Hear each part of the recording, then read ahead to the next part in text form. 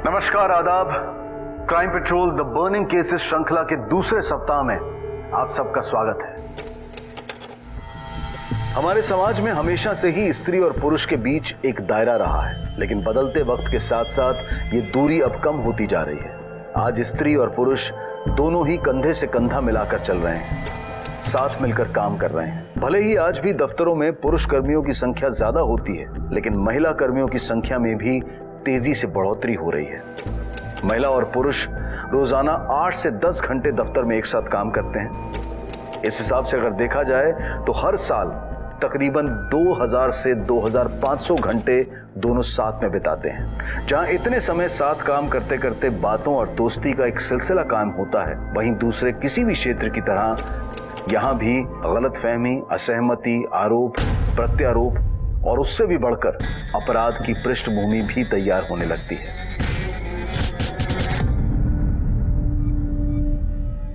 आज हम आपके सामने एक ऐसा केस लेकर आए हैं जिसमें एक 50 वर्षीय पत्रकार, जो कि अपनी ही कंपनी के मालिक थे और अपने स्टिंग ऑपरेशंस के लिए जाने जाते थे, उनके ऊपर उन्हीं की कंपनी में एक 28 वर्षीय जूनियर सहकर्मी ने यौन दुराचार और बलात्कार का आरोप लगाया। इस केस ने पूरे देश में तहलका मचा दिया। दफ्तरों का माहौल और स्त्री पुरुष सहकर्मियों के बीच में कैसा संबंध होना चाहिए, ये चर्चा का सबसे बड़ा विषय बन गया। इस केस में जो सबसे बड़ी कठिनाई आई वो थी तथ्यों और गवाहों की कमी। पुलिस के पास सिर्फ एक्यूज्ड और विक्टिम के ही बयान थे। ये पता कर पाना बहुत मुश्किल था कि आखिर कौन सच बोल रहा है और कौन झूठ। आइए जानने की कोशिश करते हैं कि आखिर उन 2 रातों को हुआ क्या था।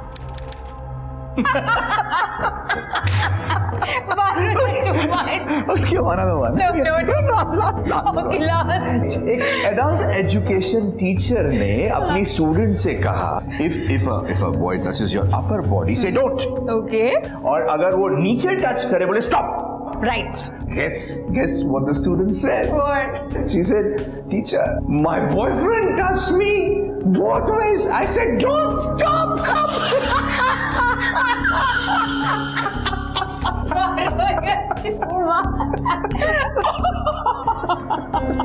Oh my god, I've never laughed so much in my whole life.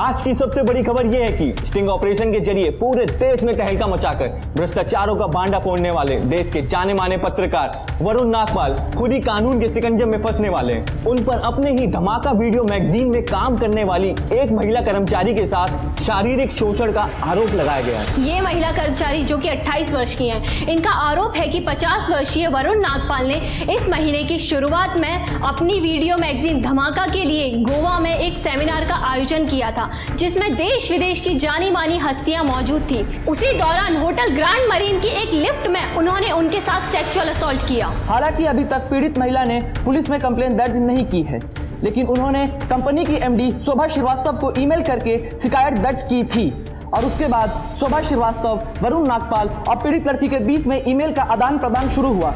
जो मेल ट्रायल हमारे हाथ लगे हैं, इस खबर ने पूरे देश में हड़कंप मचा दिया है। आज भी महिलाएं अपने साथ हुए दुष्कर्म के बाद भी पुलिस के पास नहीं जाती और वरुण नागपाल तो बहुत बड़ा नाम है। और देखना यह है कि उस लड़की के कंप्लेंट दर्ज ना करने पर सरकार और गोवा पुलिस इस मामले में कोई एक्शन लेती है या नहीं। Company is going through a very tough situation. Media के सामने किसी भी तरह के स्टेटमेंट की आप लोगों की तरफ से जरूरत नहीं है। Is that clear?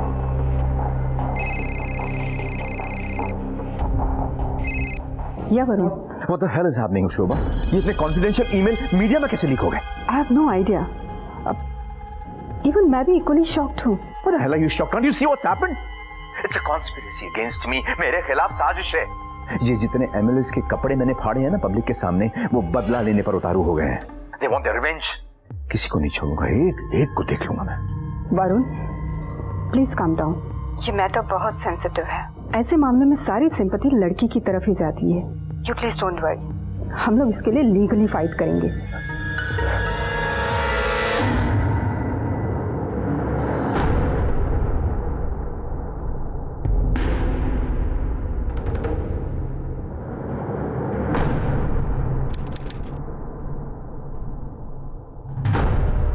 सर हम ऐसे कैसे कुछ कर सकते हैं, हमारे पास कोई कंप्लेंट भी नहीं आई है। हमें अपनी कार्रवाई शुरू करनी होगी मिस्टर शिरोडकर। हम इतने बड़े मैटर को नजरअंदाज नहीं कर सकते। न्यू दिल्ली से हमें लेटर भेजा है, वो चाहते हैं कि हम अपनी इन्वेस्टिगेशन तुरंत शुरू करें। सर वैसे देखा जाए तो इस केस में इन्वेस्टिगेट करने जैसा कुछ है नहीं। मेरा मतलब है उस लड़की ने कहीं कोई पुलिस कंप्लेंट नहीं की, सीधा मीडिया में गई। इसका मतलब है या तो वो चीप पब्लिसिटी पाना चाहती है या फिर मिस्टर वरुण नागपाल की रेपुटेशन को खराब करना चाहती है। He is a big shot sir, बड़े बड़े लोगों की नकेल कसी है उसने। जानता हूं मैं, और सच को सामने लाने के लिए हमें अपनी इन्वेस्टिगेशन करनी होगी।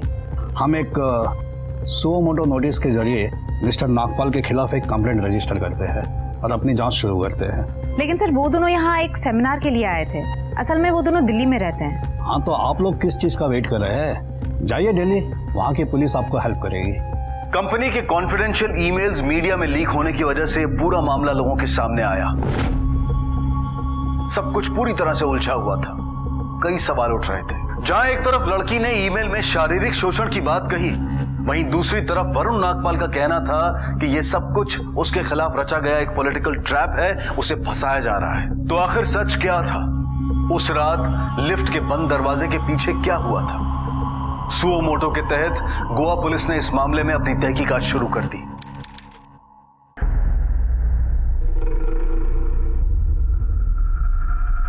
वरुण नागपाल से बात करनी। वो ऑफिस में नहीं है सर। केबिन कहाँ उनका? उधर।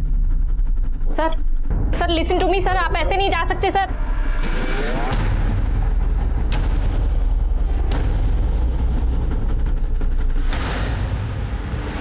सर मैंने कहा था आपसे कि वो नहीं है ऑफिस में।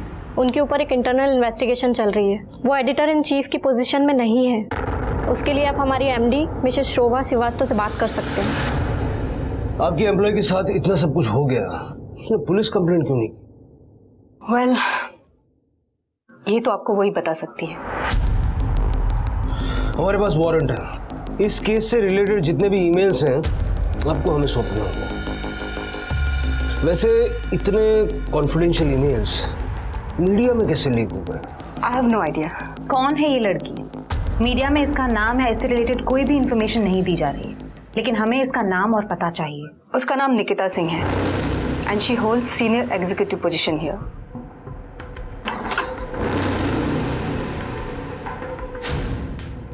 And this is her address and name. Thank you. और मिस्टर नागपाल का भी।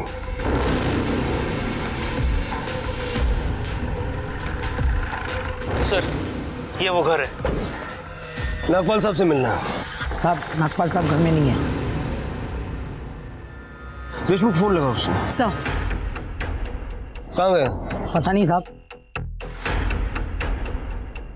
सर फोन नहीं उठा रहे। लगता है इतनी बड़ी कंट्रोवर्सी हुई है इसलिए सबसे कट के बैठा है। कट के क्या सर, छुप के बैठा है। ना बड़ा कांड किया है तो डर तो लगेगा ही। देशमुख, बिल्ली अगर रोते हुए आके ये कह दे कि शेर ने उसे पंजा मारा है तो सब उसकी बात मान लेंगे। ये दुनिया ऐसे ही चलती है।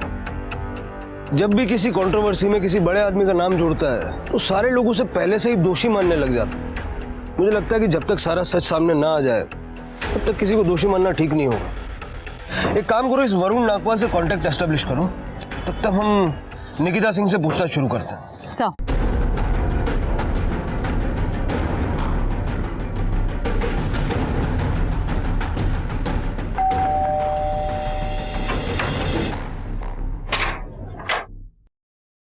गोवा पुलिस, सुओ मोटो के तहत हमें इस केस की इन्वेस्टिगेशन के ऑर्डर्स मिले। आपके साथ इतना सब कुछ हो गया, आपने पुलिस कंप्लेंट क्यों नहीं की? सर मैं बहुत डर गई थी। I was very scared. I was in a state of complete shock. मुझे समझ में ही नहीं आ रहा था कि मैं क्या करूं। मीडिया में ईमेल्स लीक करते वक्त आपको डर नहीं लगा? सर मैंने वो ईमेल्स लीक नहीं किए। सी मुझे पता था। That's why I didn't go public. I knew कि सब लोग मुझे गिल्टी समझेंगे, कोई मुझ पर भरोसा नहीं करेगा। निकिता जी, बातों में सच्चाई की जितनी शक्कर मिलाई जाए उतनी भरोसे की मिठास आती है। बैठिए और बताइए कब, क्या और कैसे हुआ? 2 हफ्ते पहले की बात है।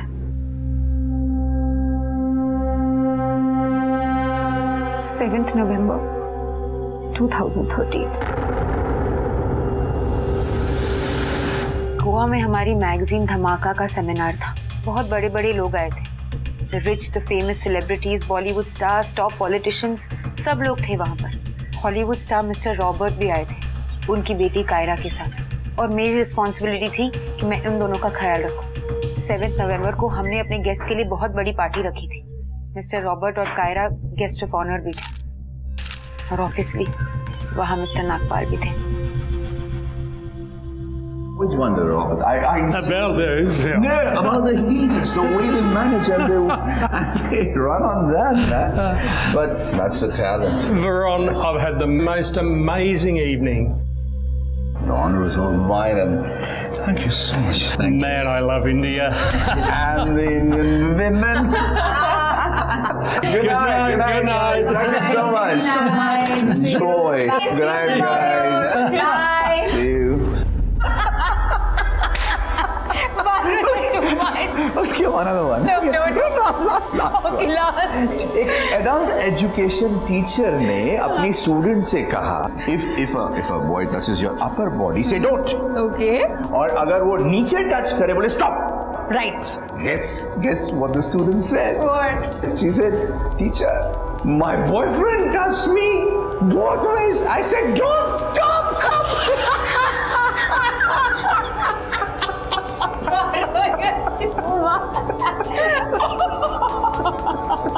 Oh my god, I never laughed so much in my whole life. Elevator में।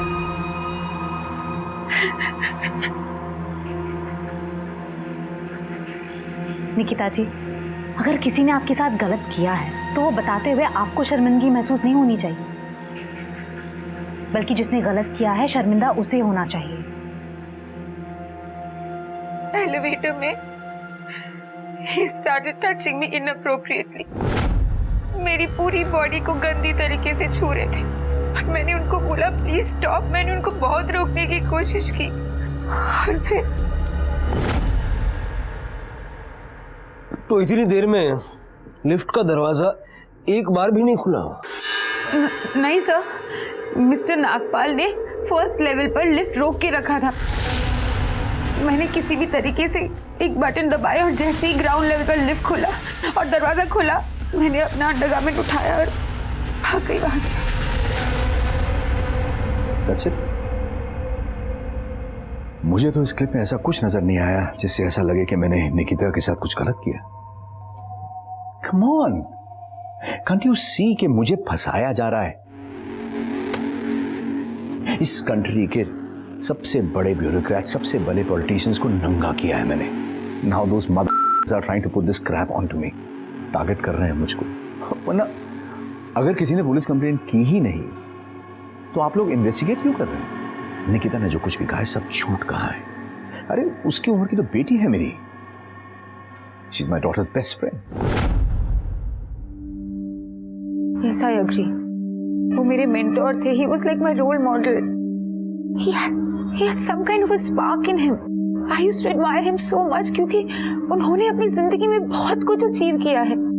In fact, it was my dream to work with him. And I was so happy जब उन्होंने मुझे जॉब ऑफर किया। That was the happiest day of my life. Here you are. Congratulations, Nikki beta. I'm really happy कि आज से तुम इस company का हिस्सा हो। And you know what? Tad bit disappointed also. क्योंकि आज के बाद तुम मुझे अंकल नहीं बुला पाओगी। आज के बाद मैं तुम्हारे लिए सिर्फ वरुण हूँ और तुम मेरे लिए एक hard working beautiful girl who is working in my company. Thank you so much, uncle. Huh? I'm sorry. Thank you so much, Varun. He was like a father figure to me. मैंने कभी नहीं सोचा था कि वो मेरे साथ ये करेंगे। मैंने कुछ नहीं किया। लेकिन वो आपके ऊपर झूठा इल्जाम क्यों लगाएगी? पैसा, पावर, पोजीशन। ये इंसान से कुछ भी करवा सकता है। 28 साल की उम्र में she is a senior executive मेरी वजह से। अब इतनी कम उम्र में अगर किसी को इतना कुछ मिल गया हो तो उसकी भूख तो बढ़ेगी ही ना। What's next? मेरी कुर्सी, मेरी position. This is a dirty race. या कोई उसे भड़का रहा है मेरे खिलाफ? अगर किसी केस में पुलिस के पास पुख्ता सबूत या चश्मदीद गवाह ना हो तो किसी भी नतीजे पर पहुंचना उनके लिए बहुत मुश्किल होता है। ऐसे में पुलिस पूरी तरह से विक्टिम और एक्यूज्ड के बयान से ही ये जानने की कोशिश करती रहती है कि आखिर क्या हुआ होगा और दोषी कौन। और इस केस में भी यही हो रहा था। पुलिस की थ्योरी पूरी तरह से मिस्टर नागपाल और निकिता के बयान के आंकलन पर टिकी थी। यहां तक कि पुलिस टीम में भी इस मामले को लेकर अलग अलग राय थी। सर, जहां इतना धुआं है तो वहां तो आग होगी, लेकिन आपको देखकर लगता है कि आपको नागपाल की बात पर ज्यादा ट्रस्ट है। ऐसा क्यों लगता है तुम्हें? सर, क्योंकि नागपाल जो भी बोलता है आप चुपचाप सुन लेते हैं बिना किसी सवाल जवाब के। कोई और होता तो अब तक हाथ पैर टूट चुके होते। देशमुख, एक डंडे से सबको नहीं हका जाता। ये थोड़ा हाई प्रोफाइल केस है। जो कुछ भी हुआ है पहले समझ तो लें, फिर सवाल जवाब भी हो जाएंगे। तुम्हें निकिता की बातों पे ज्यादा विश्वास है? सर,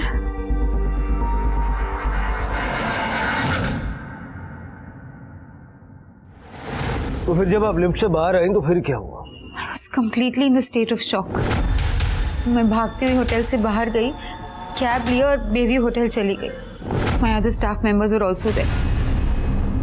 जब मैं होटल पहुंची तो दिव्या और रोजान मेरे रूम में थे। वो मेरा रूम शेयर कर रहे थे।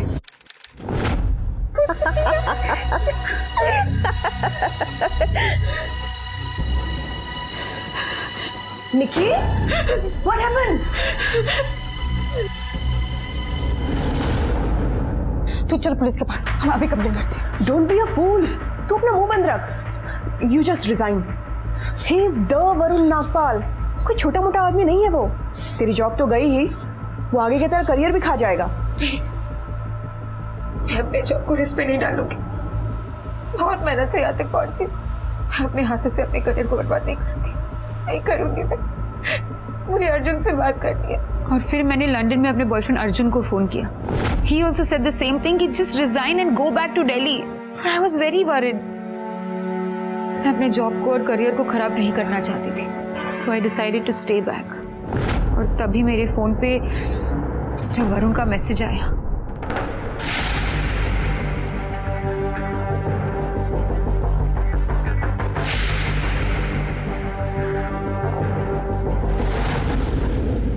ये उस मैसेज का स्क्रीनशॉट है जो उस रात आपने निकिता सिंह को भेजा था। Well, what can I say, officer? ऐसे जोक्स तो हम कलीग ऑफिस में रोज एक दूसरे के साथ शेयर करते रहते हैं। इनफैक्ट निकिता भी ऐसे नॉटी जोक्स शेयर करती है और इंजॉय करती है। उस रात भी मैंने ऐसा ही कोई नॉटी जोक शेयर किया था और ये SMS मैंने उसी से रिलेटेड बाद में उसको भेजा था। What's wrong with it? आपको अजीब नहीं लगता ऐसे जोक्स अपने फीमेल कॉलीग्स के साथ शेयर करते हुए? No, not at all. Let me explain officer. हम अपने काम में 24/7 एक दूसरे के साथ रहते हैं, ऑड आवर्स में भी काम करते हैं एक दूसरे के साथ। अब ऐसे माहौल में I want to keep my office atmosphere chilled out. मुझे वो बॉस एम्प्लॉई वाली फीलिंग नहीं रखनी होती अपने ऑफिस के अंदर।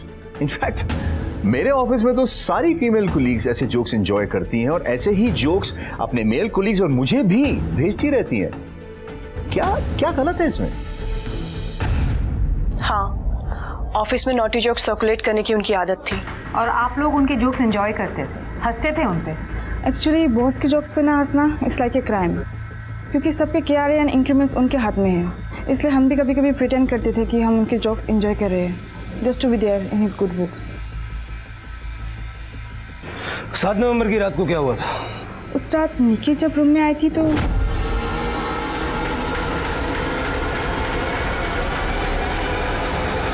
मतलब आप लोगों ने निकिता की एक तरफा बातों पे यकीन कर लिया।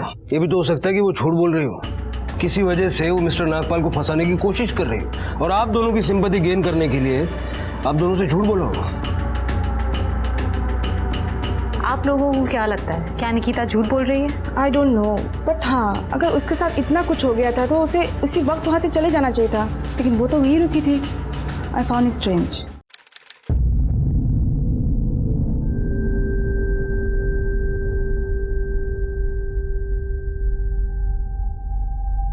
Thank you.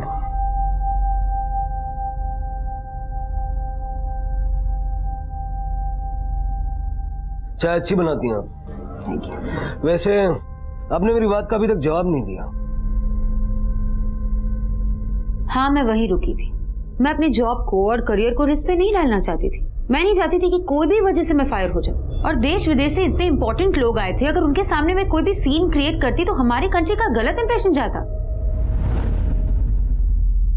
कमाल है, आपके साथ वहां इतना कुछ हो रहा था, आप पता नहीं क्या सोच रही थी। वैसे इतना क्या इंपॉर्टेंट काम था वहां पे? सर, मुझे कहा गया था कि मिस्टर रॉबर्ट और उनकी बेटी कायरा का मैं ध्यान रखूं, उन्हें घुमाने लेके जाऊं। गोवा तो उन्हें कोई भी घुमा सकता था। उनका ख्याल रखने के लिए ऑफिस के कई सारे लोग वहां मौजूद थे। फिर आपके साथ इतना कुछ हुआ, लेकिन आपके वहीं रुके रहने की क्या जरूरत थी? सर, क्योंकि वो मेरी रिस्पॉन्सिबिलिटी थी। हाँ, तो आप ये बोल देते हैं कि आपकी तबीयत खराब है, आप वहां से निकल जाती हैं। ऐसी हालत में लड़कियां या तो एक्शन लेती हैं या फिर उस इंसान की नौकरी छोड़ के उससे हमेशा के लिए कांटेक्ट तोड़ देती हैं। तो कोई भी लड़की उस इंसान को रोज रोज चुपचाप ऑफिस में देखना क्यों पसंद करेगी जिसने उसे मॉलेस्ट किया हो? क्या कहना चाहते हो आप कि मैं कोई गलत कहानी बना रही हूँ? वैसे गोवा में क्या क्या हुआ? अगले दिन हम सबने साथ में लंच किया। मिस्टर रॉबर्ट थे, कायरा थी, मिस्टर नागपाल की वाइफ मिथिला आंटी भी थी और हाँ, उनकी बेटी भी थी वानी। It's very important to have these types of events. The whole idea is to look at things through a different outlook. I love the whole concept of this festival. It's absolutely fantastic. And I must say, I am very impressed with Mr. Nagpal. He is brilliant. तो तुमने मिथिला और वाणी से कुछ नहीं कहा? नहीं, मैं उन्हें कुछ नहीं कह पाई। I was very confused and more than anything I was absolutely in shock. और वहाँ पे इतने सारे VVIP गेस्ट थे, उनके सामने मैं कोई सीन नहीं क्रिएट करना चाहती थी, इसलिए मैं चुप रही।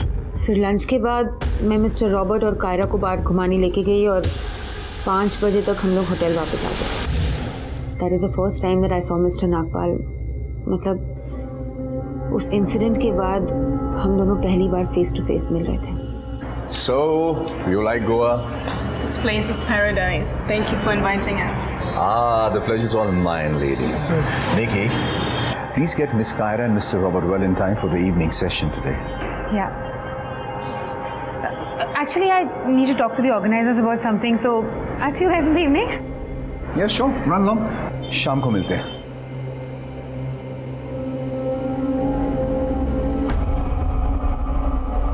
क्या निकी, क्यों कर रही है तू ये सब?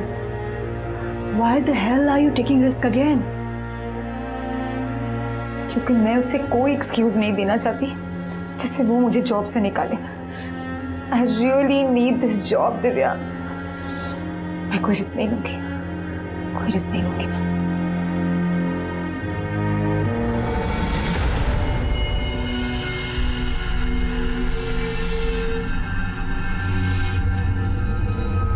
सारे करेंगे। निकी, हाँ ठीक है, समझ गए आप लोग। हाँ, वो रॉबर्ट के रूम की कीज तुम्हारे पास है ना? गुड, चलो उसके रूम में चलते हैं। क्यों? अरे मेरा पार्सल उसके रूम में रह गया, I need to collect that. अरे रॉबर्ट तो रूम में भी नहीं है। इसीलिए तो तुमसे पूछा कि कीज तुम्हारे पास है, इसलिए तो कह रहा हूँ। कम, लेट्स गो। मैं लेके आती हूँ। Okay, I get it. We'll go and get it together. Come with me. Actually मुझे अर्जुन को फोन करना है, सो Oh, no. Come on, come on.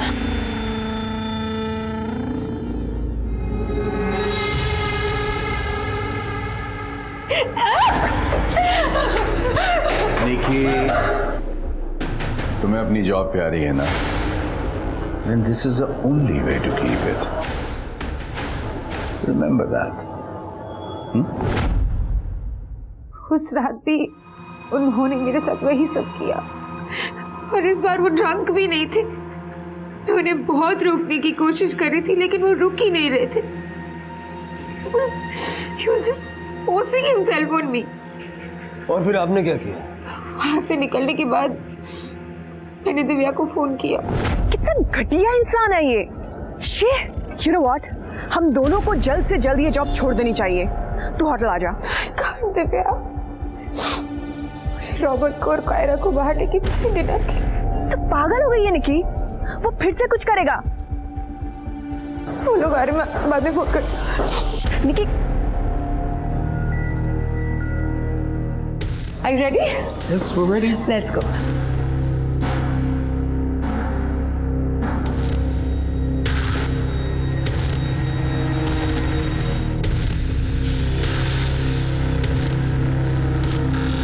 Let's taste it.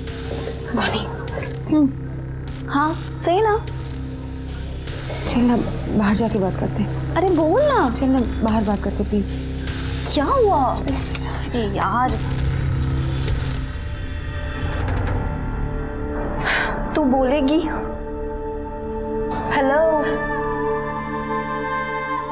वानी, your dad forced himself on me yesterday. He sexually harassed me. What?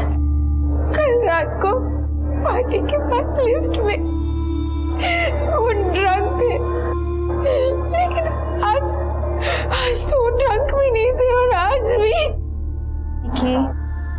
Nikki, it's okay. To be very honest, I'm not really surprised. वो पहले भी ऐसा कर चुके हैं।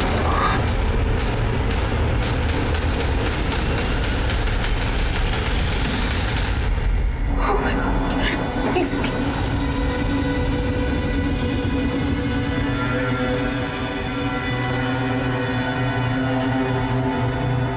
Nikita, I love this place. But you guys have to get more serious about the security. How can they let people keep bursting in all the time? Tell Mr. Nagpal that I am very disappointed. I'm so sorry, sir. Good night.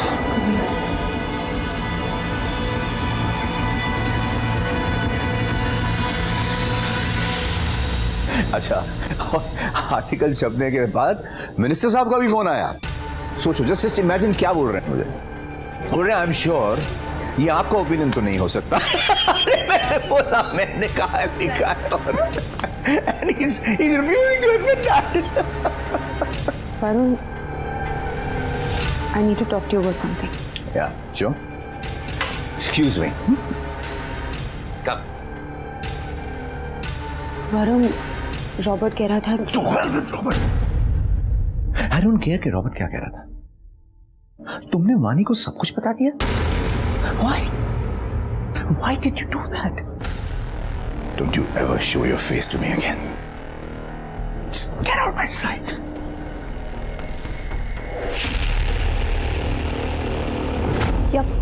Nikita ने मुझे बोला था कि मेरे dad ने उसको accused किया था, पर मेरे डैड ने मुझे साफ साफ कहा कि उसने कभी निकी के साथ ऐसा किया ही नहीं। So I don't know the truth. आपने खुद अपनी आंखों से मिस्टर नागपाल को पहले भी ऐसी हरकतें करते हुए देखा था। ऐसा आपने खुद निकिता से कहा था। देखिए सर, मैं आपको ऑलरेडी बता चुकी हूँ, मुझे इस बारे में कुछ नहीं पता। ओके, ये उस मैसेज का स्क्रीनशॉट है जो आपके पिता ने निकिता को उस रात को भेजा था। इसके बारे में क्या कहना है आपको? लुक मैम, मैं आपको ऑलरेडी बता चुकी हूँ, जब मैं वहाँ थी नहीं तो मैं कैसे बोल सकती हूँ क्या हुआ होगा और क्या नहीं हुआ होगा। उसके बाद क्या हुआ? अगले दिन मैंने मिस्टर रॉबर्ट और कायरा को एयरपोर्ट ड्रॉप किया। तब मुझे अपने फोन पे मिस्टर नागपाल का मैसेज आया। मैसेज में ये लिखा था कि मैं वानी को जाके ये कह दूं कि उस रात को जो कुछ भी हुआ था वो नशे में किया गया मस्ती मजाक था, अ ड्रंकन बैंटर। तो क्या वाकई ऐसा था? सर, इंसान से गलती एक बार हो सकती है, बार बार नहीं। मैं मानती हूँ कि उस रात को हम दोनों ड्रंक थे, but what about the other night? We were both in our senses sir. सच बात तो यह है कि मिस्टर नागपाल को बहुत गुस्सा आ गया था कि वानी को सब पता चल गया था। एनीवे, मिस्टर रॉबर्ट और कायरा को ड्रॉप करने के बाद 16 नवंबर तक हम दोनों के बीच में कोई इंटरेक्शन नहीं हुआ। 16 नवंबर को मिस्टर नागपाल ने मुझे मैसेज किया था, sir he tried to sexually harass me, पर उन्होंने इस बात को बहुत शुगर कोटेड वे में कोट किया कि वो सिर्फ एक ड्रंकन बैंटर था, क्या नशे में इंसान कुछ भी कर सकता है? झूठ बोल रही है वो। She's lying. आपके पास उसके एक्यूजेशन के अलावा मेरे खिलाफ कोई सबूत है? एनीथिंग, एनी विटनेसेस, कोई सीसीटीवी फुटेज जहां पे मैं उसके साथ कुछ गलत कर रहा हूं, और एनीथिंग एल्स? पता नहीं क्यों किसके कहने पे वो ये सब कुछ कर रही है। उसके फादर के एक्सीडेंट के बाद मैंने उसे सपोर्ट किया, मैंने उसे जॉब दिया, उसे ट्रेन किया, ट्रस्ट किया। उसके साथ कुछ गलत करना तो दूर, उसके साथ कुछ गलत करने की सोच भी नहीं सकता मैं। सर, अगर उन्होंने मेरे साथ कुछ गलत नहीं किया तो मुझे अपॉलजी लेटर मेल क्यों किया?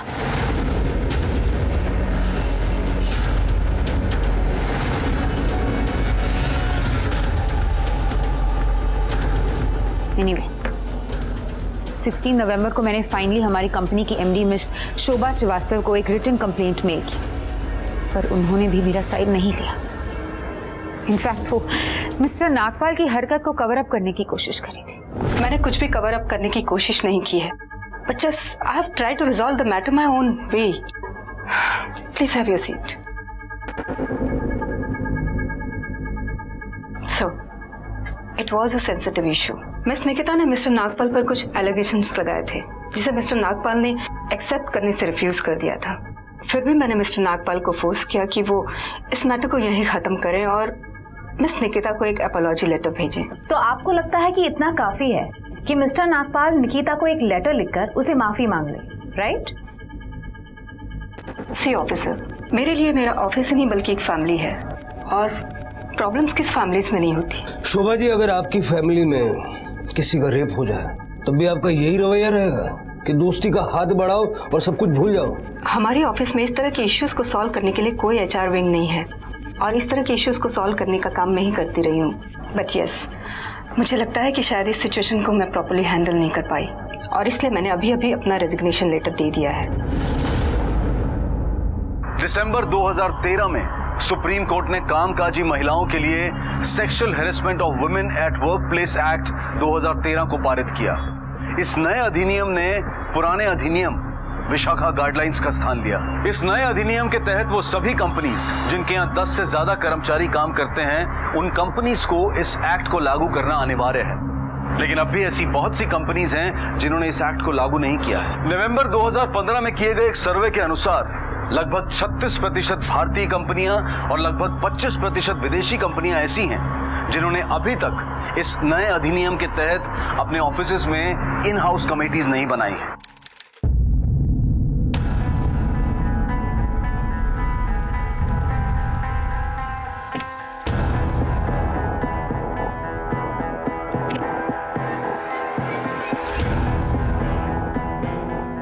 मिस्टर नागपाल, जब आपने कुछ किया ही नहीं तो आपने ईमेल पे वो अपॉलॉजी क्यों भेजी? रिजाइन क्यों किया? मैंने उस गलती की माफी मांग ली जो गलती मैंने की नहीं, और ये मेरी सबसे बड़ी गलती। मुझे निकिता से माफी मांगने के लिए मेरी एमडी ने मजबूर किया था। उस रात जो कुछ भी हुआ, it was just a drunken banter, nothing else. और अब निकिता अपने फायदे के लिए इस बात को इतना बड़ा बना रही है। हमने निकिता के बारे में भी पता किया। वो आपके किसी भी सो कॉल्ड दुश्मन के कांटेक्ट में न थी न है। तो इतना तो क्लियर है कि वो किसी के कहने पे ये सब नहीं करती। फिर तो वो ये सब इमेजिन कर रही होगी। I really don't know what to say, officer. Actually, आपके पास मेरे खिलाफ तो कोई सबूत है नहीं सिवाय उस अपॉलॉजी के।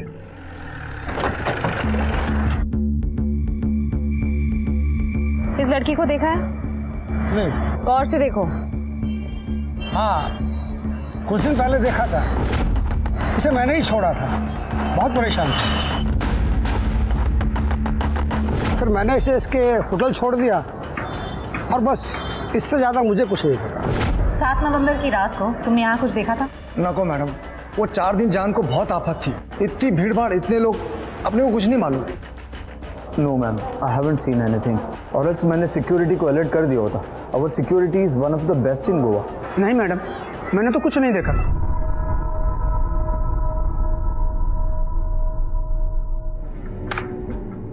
ये देखिए सर, इससे ये साफ जाहिर है कि उस रात मिस्टर नागपाल ने निकिता को जबरदस्ती लिफ्ट के अंदर खींचा था। हाँ देशमुख, लेकिन नागपाल ने निकिता को मोलेस्ट किया, ये साबित करने के लिए ये फुटेज सफिशिएंट नहीं है। ऐसा कुछ भी नहीं है जिससे ये पता लगे कि उस रात लिफ्ट के अंदर क्या हुआ। सर एक और बात, निकिता, मिस शोभा और नागपाल के बीच में बहुत सारे ईमेल्स एक्सचेंज हुए थे। सर निकिता ने नागपाल पे आरोप लगाया, शोभा ने मिस्टर नागपाल से बात की और नागपाल ने निकिता से माफी मांगी। सर मैंने सारे ईमेल स्टडी किए और एक ऐसा ईमेल ऑब्जर्व किया, ये देखिए, जिसमें मिस्टर नागपाल ने एक इंसिडेंट का जिक्र किया है, जिसमें मिस्टर नागपाल के अकॉर्डिंग उस दिन उन्हें ऑफिस में अपने और निकिता के बीच में एक बहुत ही स्ट्रॉन्ग कनेक्शन महसूस हुआ। अपने मेल में आपने ऑफिस की एक घटना का जिक्र किया है, उसमें आपने लिखा है कि उस दिन आपको ऐसा लगा कि आपका निकिता से कोई स्ट्रॉन्ग कनेक्शन है। इसके बारे में आपका क्या कहना? ऑफिसर, निकिता एक बहुत ही शार्प और इंटेलिजेंट लड़की है और इस बात के लिए मैंने उसे हमेशा अप्रिशिएट किया है। इतने वक्त एक साथ काम करते करते हमारे बीच एक स्ट्रॉन्ग बॉन्डिंग हो गई थी, just like friends. Actually friends से थोड़ा ज्यादा। हाँ, उसने अपने मुंह से कभी कुछ नहीं कहा, लेकिन हर body language, the way she took care of me, जिस तरह से वो मुझे देखती थी, अपनी हर बात मेरे साथ शेयर करती थी, it was not a boss and subordinate relationship. In fact, उस दिन ऑफिस में Varun sir, are you okay? I'm absolutely okay. What is this? Majnu वाला एटमॉस्फेयर? हाँ, नहीं, कोई मजनू एटमॉस्फेयर तो नहीं है, ऐसे ही कुछ सोच रहा था। क्या सोच रहे थे? यही कि कितनी अजीब होती है ना जिंदगी, यानी उससे भी ज्यादा अजीब होती हैं हमारी फीलिंग्स। न जाने कब कैसे कोई आपके इतना क्लोज हो जाता है कि पता ही नहीं चलता, इतना अपना हो जाता है, बहुत अपना। But you to have your apna in your life, na? Mithila auntie loves you so much. I also love her very much.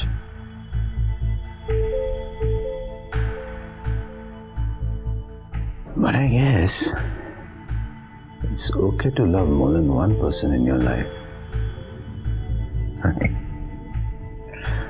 I don't know why, Nikki, but I feel a very strong connection with you.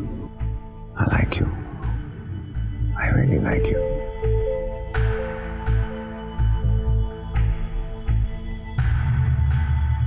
What rubbish, sir? ये बकवास है। जब मैं cabin में गई थी तो वो सोफे पे सोए हुए थे और कमरे में एकदम अंधेरा था। Varun, what's up? Should I put the light on? No, it's okay. I prefer it like that. Anything important? Yeah, actually I'm working on that sexual harassment case, so I needed some input from you. Come on, Nikita. Why do you need my help? You yourself are a woman. तुम खुद एक लड़की हो. Why do you need my input? I mean, how hard it is to imagine that. Just imagine अगर कोई इंसान बगैर तुम्हारे परमिशन के तुम्हारे शरीर को छुए तो कैसा लगेगा? It's the most disgusting feeling for any woman. I don't understand कि एक इंसान जानवर कैसे बन जाता है in minutes. और ऐसे लोगों की कोई जगह नहीं है civilized society में. They have no bloody right to live with us. She's absolutely right. मैं ऐसे लोगों से नफरत करता हूं और हम दोनों के बीच ऐसी बात हुई भी थी, लेकिन उस शाम को नहीं। हाँ, उससे पहले कई बार ये बात हो चुकी थी। ऑफिसर, मेरा पूरा ऑफिस जानता है कि मैं ऐसे लोगों से कितनी नफरत करता हूं। Look at me today. आज मैं खुद सेक्सुअल हैरेसमेंट के केस में आपके सामने यहाँ बैठा हूं। मिस्टर नागपाल, अगर आपने उस रात निकिता को हैरेस नहीं किया होता तो आज बिल्कुल आप यहाँ नहीं होता। मैंने उसे हैरेस नहीं किया officer. She was drunk and so was I. और जो कुछ भी हुआ वो मस्ती मजाक में हुआ। किस टाइप का मजाक था? आप इतने नशे में थे कि आपको ये समझ नहीं आ रहा था कि वो आपसे मना कर रही है, बार बार आपसे ना बोल रही है। Please try to understand. इतना बेवकूफ नहीं हूं मैं। उसकी ना इतनी माइल्ड थी कि मुझे तो हाँ ही लग रही थी। I thought she was playing around with me. अगर वो वाकई ये सब नहीं चाहती थी तो मुझे थप्पड़ मार देती, किक मार देती और चली जाती वहां से। और उसे ये सब नहीं किया, कुछ भी नहीं किया। सर, अगर वो स्ट्रेंजर होते तो मैं ये सब करती। But he is like an uncle to me. I was worried about his reputation. In fact मुझे लगा वो ना सिर्फ मुझे टीज करने के लिए कह रही है, और इससे पहले भी तो हजारों बार मैं उसको टच कर चुका हूं। इनफैक्ट सेक्सुअल जोक्स एक्सचेंज कर चुके हैं हजारों बार, and she used to equally respond, she used to enjoy it thoroughly. अगर उसे वाकई पसंद नहीं था तो वो स्ट्रांगली ऑब्जेक्ट कर सकती थी।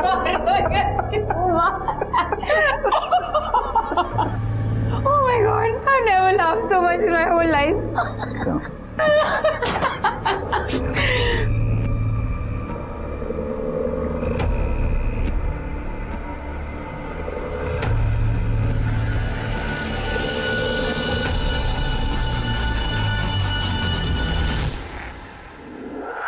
अब अगर आज वो ये कह रही है कि मैंने उसे सेक्सुअली हैरेस किया है तो it's just a bad judgment on my part. Bad judgment? मैं स्ट्रांगली ना बोल रही थी, मैं बार बार मना कर रही थी। उसने कभी मुझे मना नहीं किया। शी वॉज इंटरेस्टेड इन मी। हाँ, मुझे लगा उस दिन उसने ना मॉरल डिलेमा की वजह से कर दिया। वो मेरी बेटी की दोस्त है, मैं उसकी बाप की उम्र का हूँ, वगैरह वगैरह। अच्छा, मेरी ही गलती है क्योंकि मैंने उन्हें पहले मना नहीं किया ना। जब वो बेहुदा जोक्स भेज रहे थे मुझे, फॉरवर्ड्स भेज रहे थे, सेक्सुअल कमेंट्स कर रहे थे विमेन के ऊपर, तब मैंने कुछ कहा नहीं। That is my fault. अच्छा ठीक है, मैं मानती हूँ कि उस रात वो ड्रंक थे और उन्हें समझने में गलती हो गई, but what about the next day? He was in a senses the next day. Sir, ये बैड जजमेंट नहीं है, he is a bad lawyer.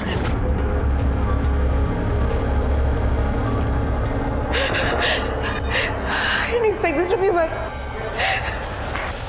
मैंने रेप नहीं किया है।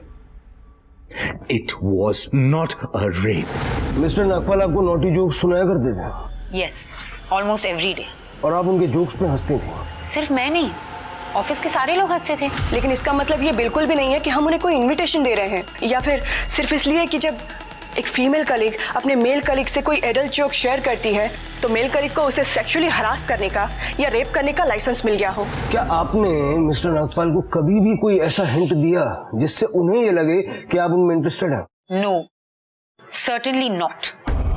हम नहीं जानते कि इस केस का असल सच क्या है, क्योंकि उन 2 रातों को उस लिफ्ट के अंदर क्या हुआ था, ये सच आज भी निकिता का बयान बनाम मिस्टर नागपाल का बयान है। लेकिन निकिता का बयान, उस होटल के सीसीटीवी फुटेज, धमाका की एमडी मिस शोभा श्रीवास्तव और निकिता की कलीग दिव्या और रोजेन के बयान, और मिस्टर नागपाल द्वारा निकिता को भेजे गए संदेहजनक मैसेजेस और अपॉलजी ईमेल, इन सब की बिना पर गोवा पुलिस ने मिस्टर वरुण नागपाल के खिलाफ आईपीसी की धारा 354A शारीरिक शोषण के लिए, 376 बलात्कार के लिए, 376 सबसेक्शन 2K अपने से नीचे ओहदे पर काम करने वाली महिला के साथ शारीरिक शोषण और बलात्कार के लिए, आईपीसी की धारा 376 सबसेक्शन 2F रिश्तेदार, गार्डियन या शिक्षक होने के नाते, या फिर ऐसा कोई भी इंसान जिस पर पीड़िता पूरी तरह से भरोसा करती हो, उसके द्वारा बलात्कार। धारा 376C sexual assault by a person in authority, धारा 354 असॉल्ट और criminal force to a woman with intent to outrage her modesty, धारा 341 wrongfully restraining a person, धारा 342 wrongfully confining any person।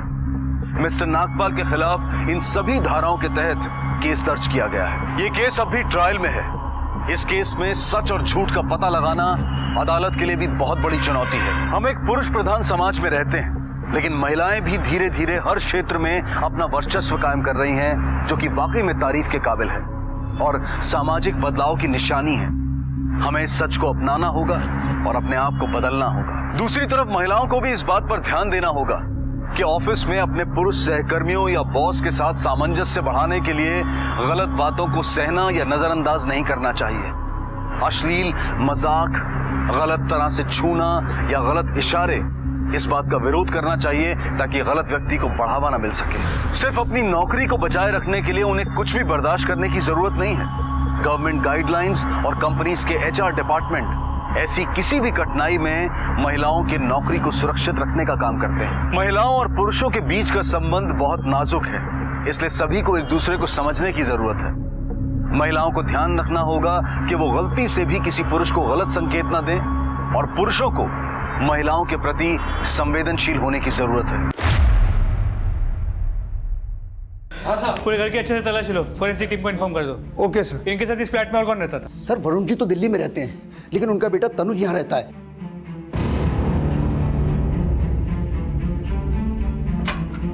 Sir ये देखिए पीछे का दरवाजा वह लॉक था। ये पीछे का दरवाजा सीधा सर्विस लिफ्ट पे खुलता है। हो सकता है हम लोग यहीं से भागे हो। आसपास चेक करो, ज़्यादा दूर नहीं गए हो। Okay sir. कुछ लोग तुम्हारी सोसाइटी में आके एक आदमी को मार के चले जाते हैं और तुम्हें पता भी नहीं चलता। कैसी ड्यूटी करते हो? गलती हो गई साहब, लेकिन साहब माँ कसम मेरे को नहीं मालूम साहब ये सब कौन किया। लेकिन हाँ साहब, जब मैं शाम को पानी लेकर आया तो एक गाड़ी आके तेज़ी से रुकी और उसके अंदर से 2 आदमी निकले। साहब वो टाइम में तो मेरे को लगा नहीं कि साहब ऐसा कुछ हो जाएगा, लेकिन अभी साहब लगता है मेरे को पक्का वही लोगों ने कुछ किया है साहब। लेकिन हाँ साहब, वो जो गाड़ी में आए थे वो गाड़ी अभी भी नीचे खड़ी पार्किंग में। साहब यही वाली गाड़ी है, इसी गाड़ी में से आए थे वो 2 लोग।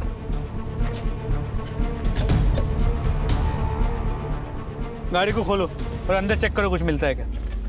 और गाड़ी के नंबर से पता करो किसके नाम पे रजिस्टर्ड है। Okay sir.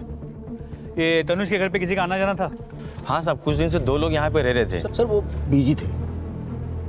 उनके कुछ डॉक्यूमेंट्स हैं आपके पास? जी हाँ। ले आइए। ओके सर, ये जो पीजी थे ये तनुज के पिताजी के परमिशन के बिना यहाँ पे रह रहे थे और वरुण जी ने बताया था कि दिन में तनुज का उनका इसी बात को लेकर झगड़ा भी हुआ था और उसके बाद उन्होंने उसके सारे दोस्तों को यहाँ से निकाल दिया और साथ में तनुज भी चला गया। सही। रेजिना मार्शल्स, ये तो फॉरेनर है। यस सर, जर्मन है लेकिन इसके हस्बैंड इंडियन है, मिस्टर राहुल सोडी। उन्होंने ही तो इन दोनों लड़कों को यहाँ पेइंग गेस्ट रखवाया था। तो इन दोनों लड़कों के कोई पेपर्स?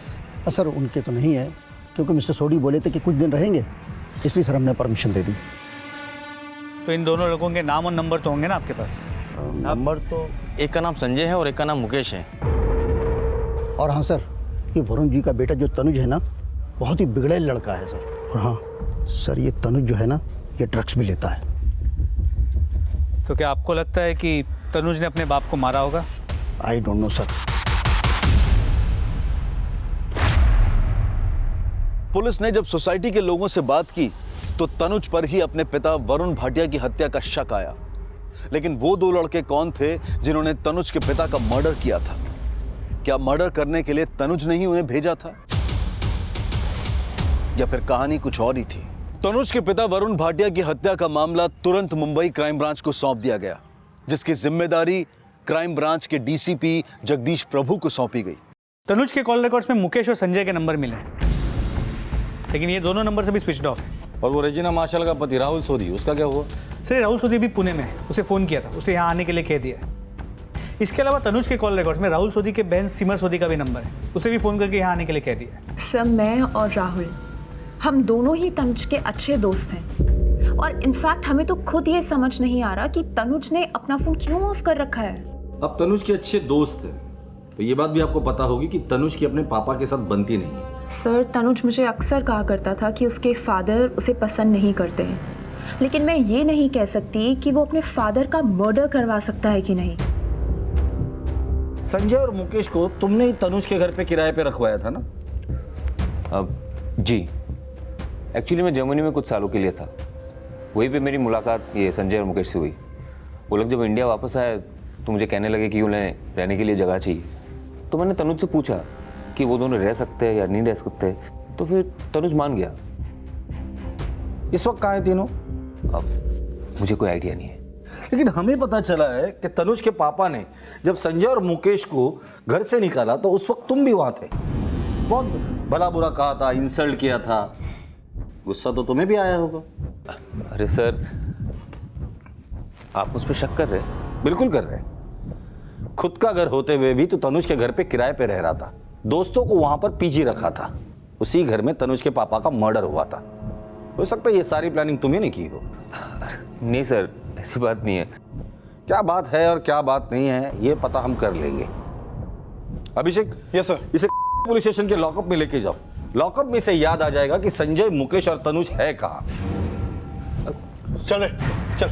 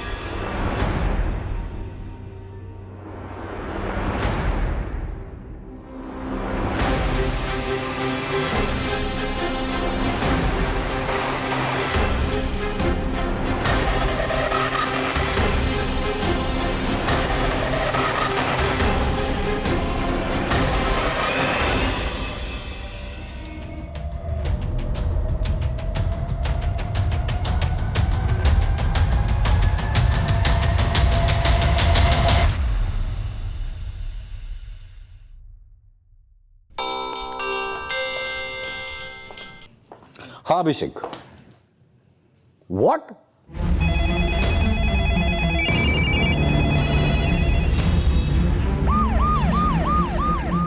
अजय के फरार हो जाने से पुलिस विभाग में हड़कंप मच गया था और मीडिया ने इसे एक बड़ा मुद्दा बना दिया था। सर, आपको नहीं लगता यह घटना पुलिस विभाग के ऊपर एक प्रश्न चिन्ह उठा रही है? हम लोगों ने एक टीम बनाई है जो इन लोगों के पीछे गई हुई है और मुझे यकीन है कि हम लोग जल्द से जल्द उन्हें अरेस्ट करेंगे। Thank you.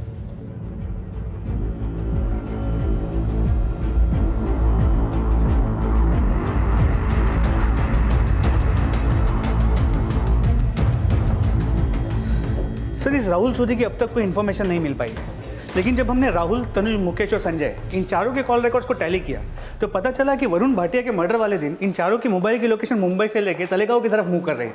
गणेश, हो सकता है कि वरुण भाटिया का मर्डर करने के बाद ये चारों लोग तलेगांव की तरफ भाग गए हो। पूरा तलेगांव छान मारो, पता करो ये लोग है कहाँ। और ये राहुल सोधी की बहन सिमर सोधी, उसका फोन सर्वेलेंस पे डाल दो। ये राहुल अपनी बहन को जरूर कांटेक्ट करेगा। जी सर। वरुण भाटिया की मर्डर वाली रात 2 आदमी जिस गाड़ी से वरुण भाटिया की सोसाइटी में आए थे, वो गाड़ी विनोद देशमुख की बीवी गीता देशमुख के नाम पे रजिस्टर्ड है।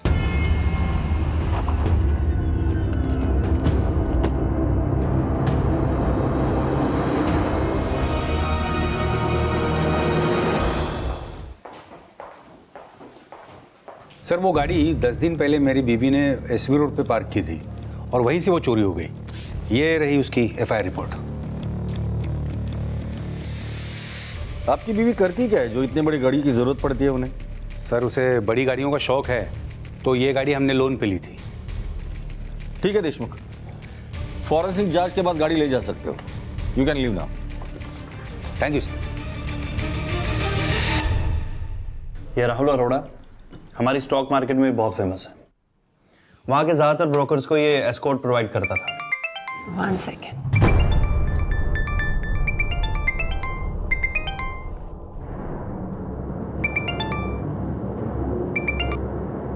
सिंपली मेरी बात सुन, मैं यहाँ वर्ली में हूँ। मेरा पासपोर्ट, कुछ पैसे, तेरे और मेरे कपड़े पैक करके तुरंत यहाँ आ जा। मैं और तू यहाँ से फौरन भाग जाएंगे बैंकॉक। अगर मैं इस समय तुम्हारे पास आई तो हम दोनों पकड़े जाएंगे। हम एक काम करते हैं, मैं तुम्हारा सारा सामान और पासपोर्ट इस रोहित भल्ला के हाथ पहुंचाती हूँ तुम्हारे तक। ओके।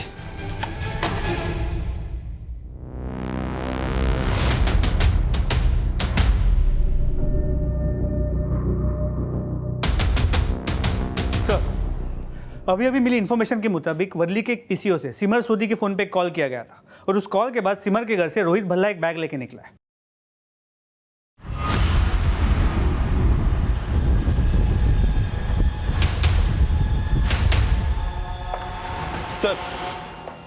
सर, एक इन्फॉर्मेशन मिली है। तलेगांव में जहां राहुल, तनुज, संजय और मुकेश इन चारों के फोन एक्टिव थे, वहां राहुल सोडी के फार्म हाउस होने का पता चला है। अभिषेक, एक टीम लेकर तुरंत तलेगांव पहुंच जाओ। हो सकता है कि तनुज, संजय और मुकेश इनकी कुछ लीड मिल जाए। Okay sir. पुलिस की एक टीम तालेगांव के लिए रवाना हो गई और दूसरी टीम ने आखिरकार अजय को वर्ली में रोहित भल्ला के साथ अरेस्ट कर लिया। सर, आप बेकार में पुलिस डिपार्टमेंट को मेरे पीछे लगा के उनका टाइम, एनर्जी और पैसे वेस्ट कर रहे हैं। मैंने कुछ नहीं किया है। तो भागा क्यों? अब चाहे तो कभी भी किसी को भी एनकाउंटर कर सकते हो और उस पर कोई भी चार्ज लगा सकते हो। मुझे लगा कि आप भगा के मुझे गोली मार दोगे, इसलिए डर के मारे में भाग गया। बहुत इनोसेंट है तुम। एक बात बता, तनुज के पापा का जो मर्डर हुआ था उस वक्त तेरे साथ कौन कौन था? तनुज, संजय, मुकेश तीनों तेरे साथ थे? मैंने कुछ नहीं किया, बाकी तीनों के बारे में मुझे नहीं पता। अरे हाँ, इन तीनों के बारे में तो तुझे कुछ पता ही नहीं है ना। वैसे तुम्हारी जानकारी के लिए इन तीनों को हमने अरेस्ट कर लिया है। और पता है कहां से अरेस्ट किया? तेरे तलेगांव वाले फार्म हाउस से।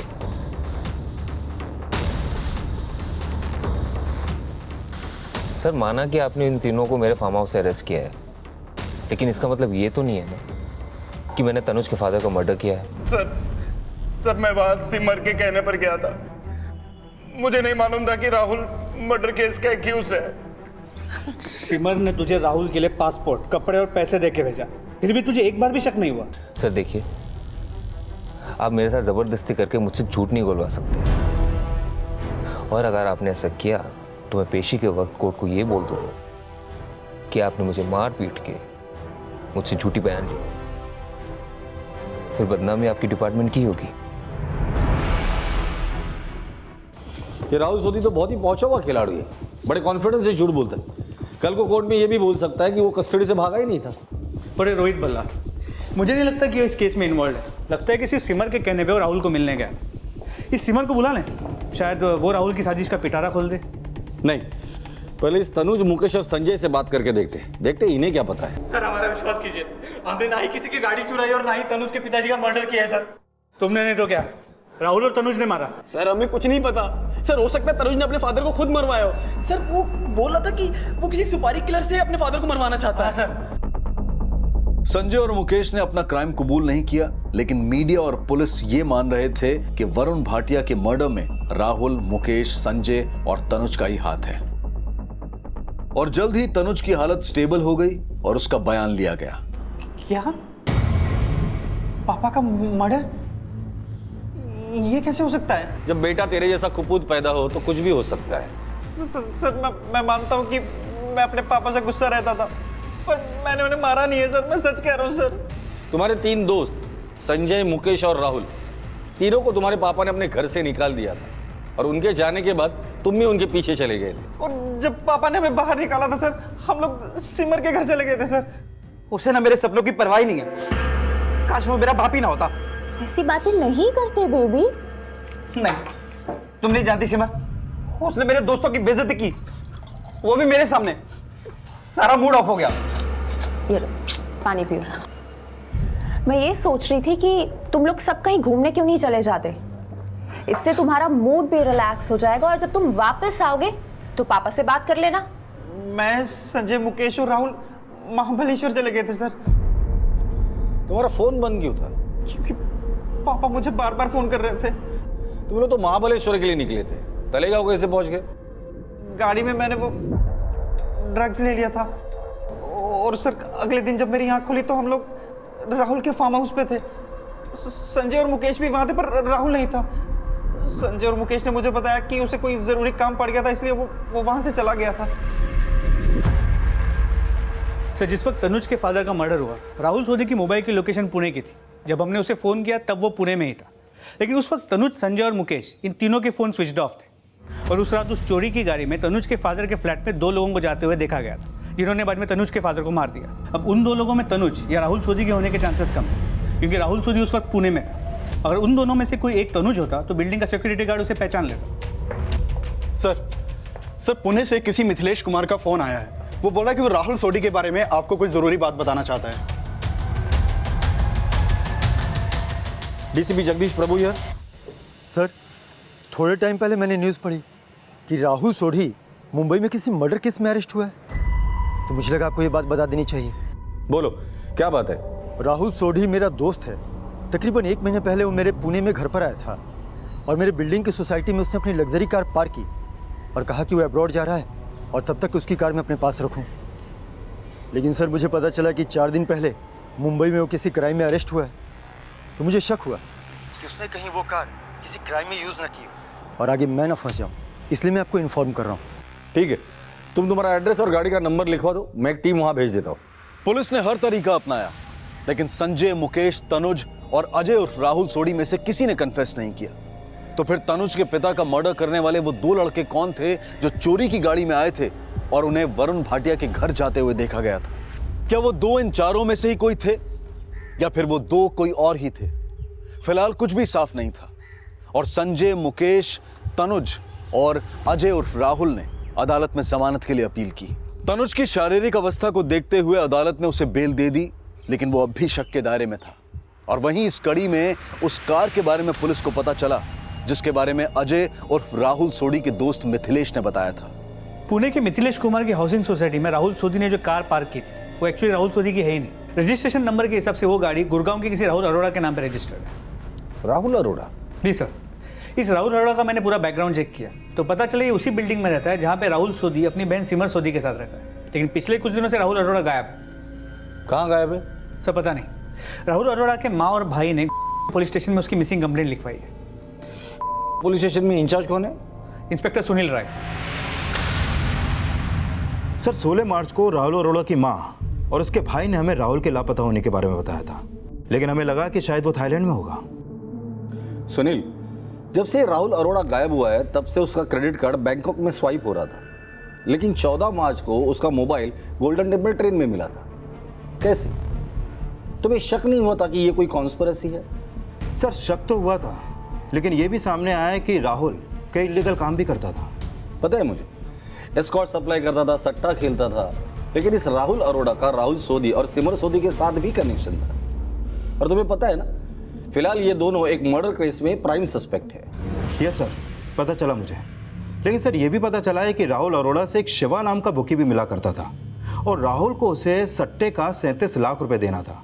हमें शक हुआ कि शायद उसी ने राहुल को अगवा किया हो और फिर हमने शिवा को गिरफ्तार भी किया था। लेकिन सर पूछताछ के बाद शिवा ने बोला कि राहुल अरोड़ा के गायब होने में उसका कोई हाथ नहीं है। सर हमने राहुल सोधी और सिमर सोधी से भी पूछताछ की थी, लेकिन हमसे इंस्पेक्टर विनोद देशमुख मिलने आए थे। विनोद देशमुख? यस सर, उन्होंने बोला कि वो राहुल और सिमर सोधी को अच्छी तरीके से जानते हैं और उन्होंने गारंटी भी ली कि ये दोनों कोई भी क्रिमिनल एक्टिविटीज में इन्वॉल्व नहीं हो सकते। और तुमने राहुल सोधी और सिमर सोधी की इन्वेस्टिगेशन बंद कर दी? सर वो सुनील, नो मोर एक्सप्लेनेशन। विनोद देशमुख ने कहा वो इनोसेंट है और तुमने इन्वेस्टिगेशन बंद कर दी। Sorry sir. ये विनोद देशमुख राहुल और सिमर को क्यों बचा रहा है? कि ऐसा तो नहीं कि राहुल के भागने में इस विनोद देशमुख का ही हाथ हो? इस विनोद देशमुख की तो मैं इंक्वायरी लगाता हूं, तब तक तुम सिमर को बुला कर लेकर आओ। सर राहुल अरोड़ा सिर्फ हमारा एक नॉर्मल सा फ्रेंड था। सिमर, ये तुम्हारे कॉल रिकॉर्ड्स है, जिससे पता चलता है कि राहुल अरोड़ा तुम्हारा नॉर्मल सा फ्रेंड नहीं था, खास दोस्त था। और ये तनुज, ये भी तुम्हारा और तुम्हारे भाई राहुल सोधी का दोस्त था। मुझे तो लगता है कि इन दोनों क्राइम्स में तुम्हारे भाई के साथ साथ तुम भी इन्वॉल्व। अब मुझे बाकी की कहानी नहीं सुननी है, सिर्फ सच बता दो। मिथिलेश झूठ बोल रहा है सर। वो झूठ क्यों बोलेगा? मुझे क्या पता सर। राहुल और सिमर द्वारा दिए गए बयान पुलिस को बार बार एक नई चुनौती दे रहे थे। पुलिस अब तक उनके खिलाफ कोई ठोस सबूत नहीं जुटा पाई थी और फिर अचानक तनुज भाटिया से मिली एक जानकारी ने पुलिस को एक अहम लीड दी। सर बेल मिलने के बाद जब मैं घर पहुंचा, घर पे ना तो कैश था और ना ही ऑर्नामेंट्स थे, और पापा ने प्रॉपर्टी के पेपर्स रखे थे, वो भी गायब थे सर। राहुल और सिमर के घर का सर्च वारंट निकालो, इनसे जुड़ी हर इंफॉर्मेशन मुझे चाहिए।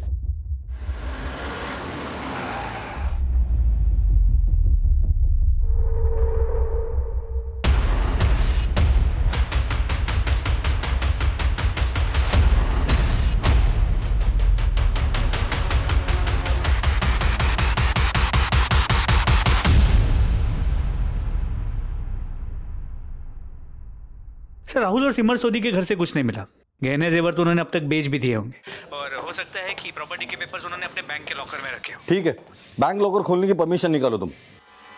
पुलिस ने सिंपी और अजय उर्फ राहुल सोडी के लॉकर्स खुलवाने की परमिशन ली और उन्हें वहां 50 करोड़ की प्रॉपर्टी के पेपर्स मिले जो कि तनुज के पिता वरुण भाटिया के नाम पर थे। ये तो तनुज के फादर के प्रॉपर्टी के पेपर्स हैं जो इनके लॉकर में मिले।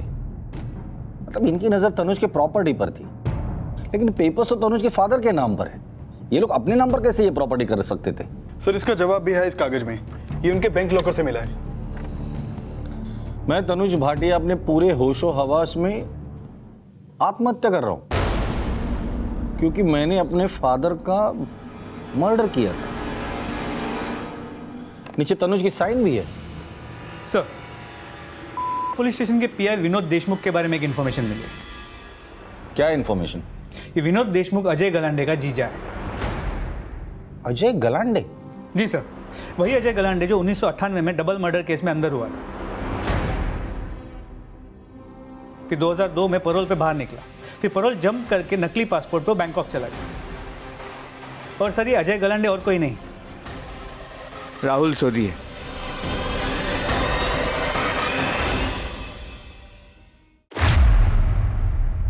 राहुल सोडी ही अजय गलांडे था। इस जानकारी ने मुंबई क्राइम ब्रांच को चौंका दिया और अजय की लगातार मदद करने वाले उसके जीजा विनोद देशमुख के खिलाफ कार्रवाई की जाने लगी। वहीं पुलिस ने जब तनुज भाटिया से उस सुसाइड नोट के बारे में पूछताछ की तो तनुज ने यह बयान दिया कि शायद अजय ने उससे नशे की हालत में वो सुसाइड नोट लिखवाया होगा, जिसकी लिखावट और दस्तखत तनुज भाटिया के ही पाए गए थे। तुम्हारे दोस्तों ने अपना मुंह खोल दिया है।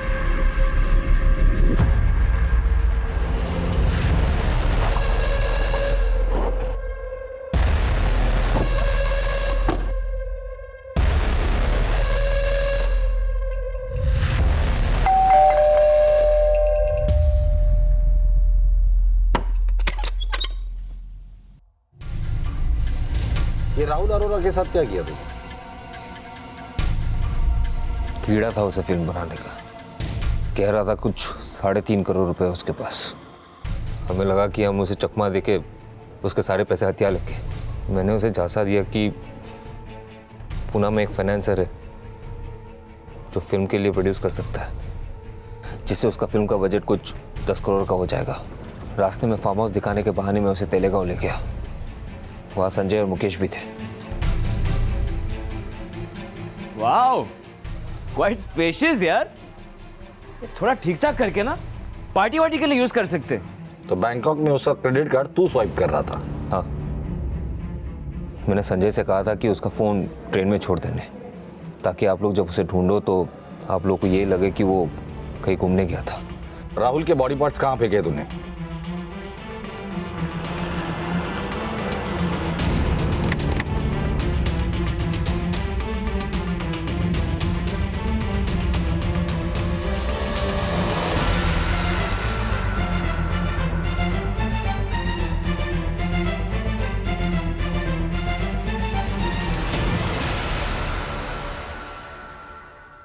मुंबई मायानगरी में जब तनुज और राहुल जैसे लोग अपने सपने लेकर आते हैं तो किसी की मदद का हाथ उनके लिए विश्वास की लकीर बन जाता है।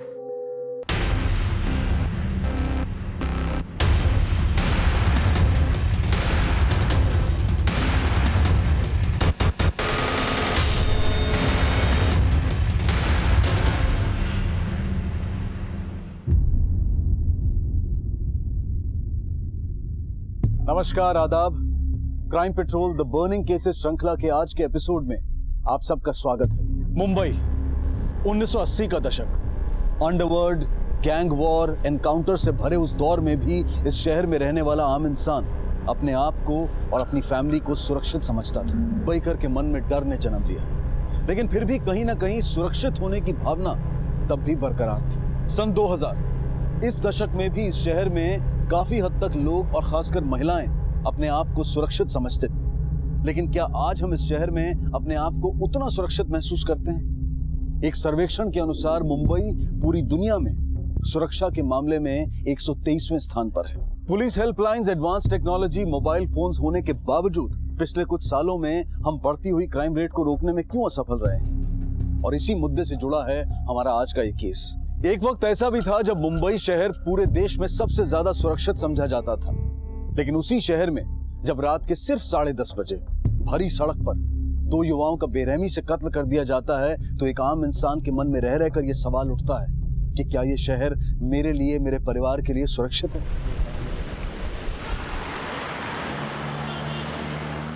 Okay, let's cheer for Kevin. Let's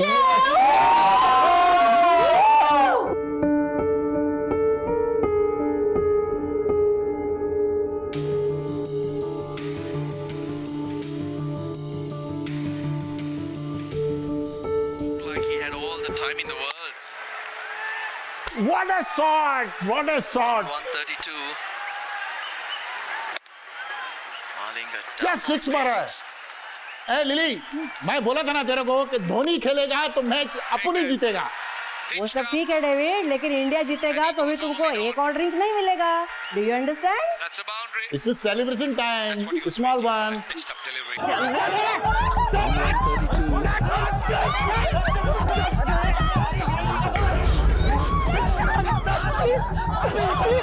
please उसकी हेल्प करो। अरे वो मर जाएगा, प्लीज उसकी कोई हेल्प करो, पर पुलिस को बुलाओ।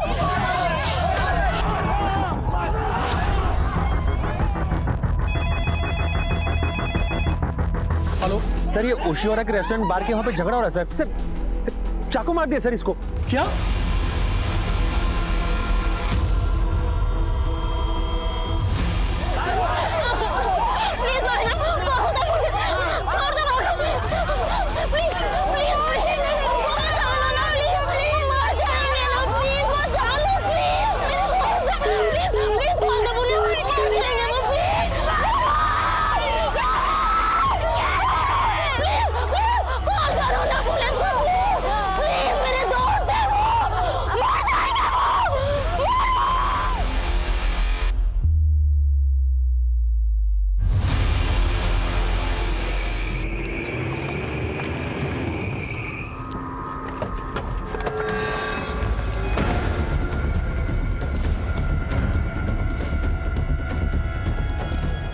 क्या दो पूछताछ करो सच्चा सर।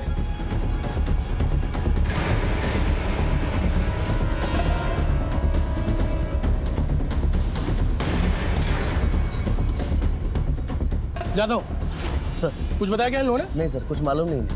ये पूरा फुटपाथ सील करो और फोटोग्राफर और पंचनामा टीम को बुलाओ। सर कांस्टेबल्स को बोलो कि ये सीसीटीवी फुटेज भी चेक करें। Yes sir.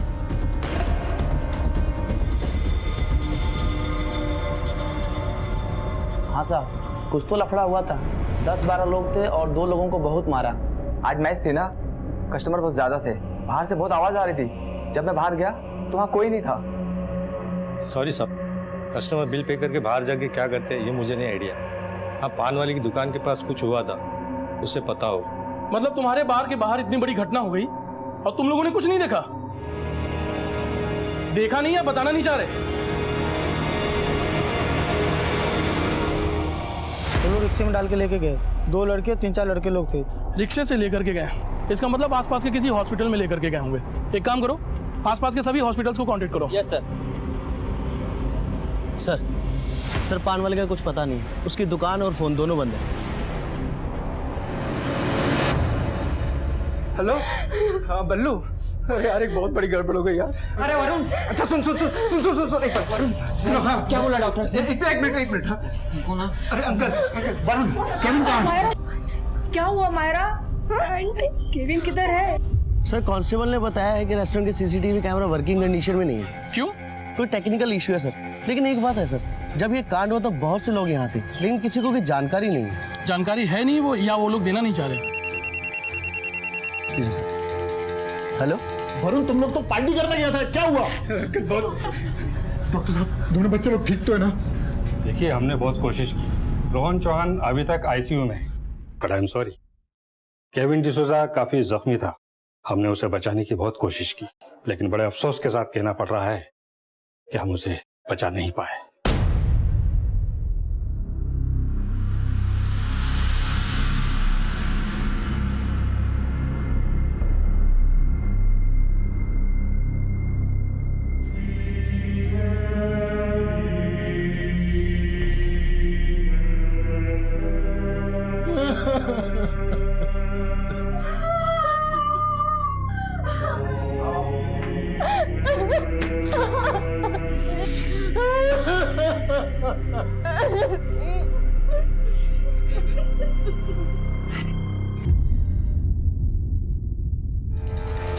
क्या?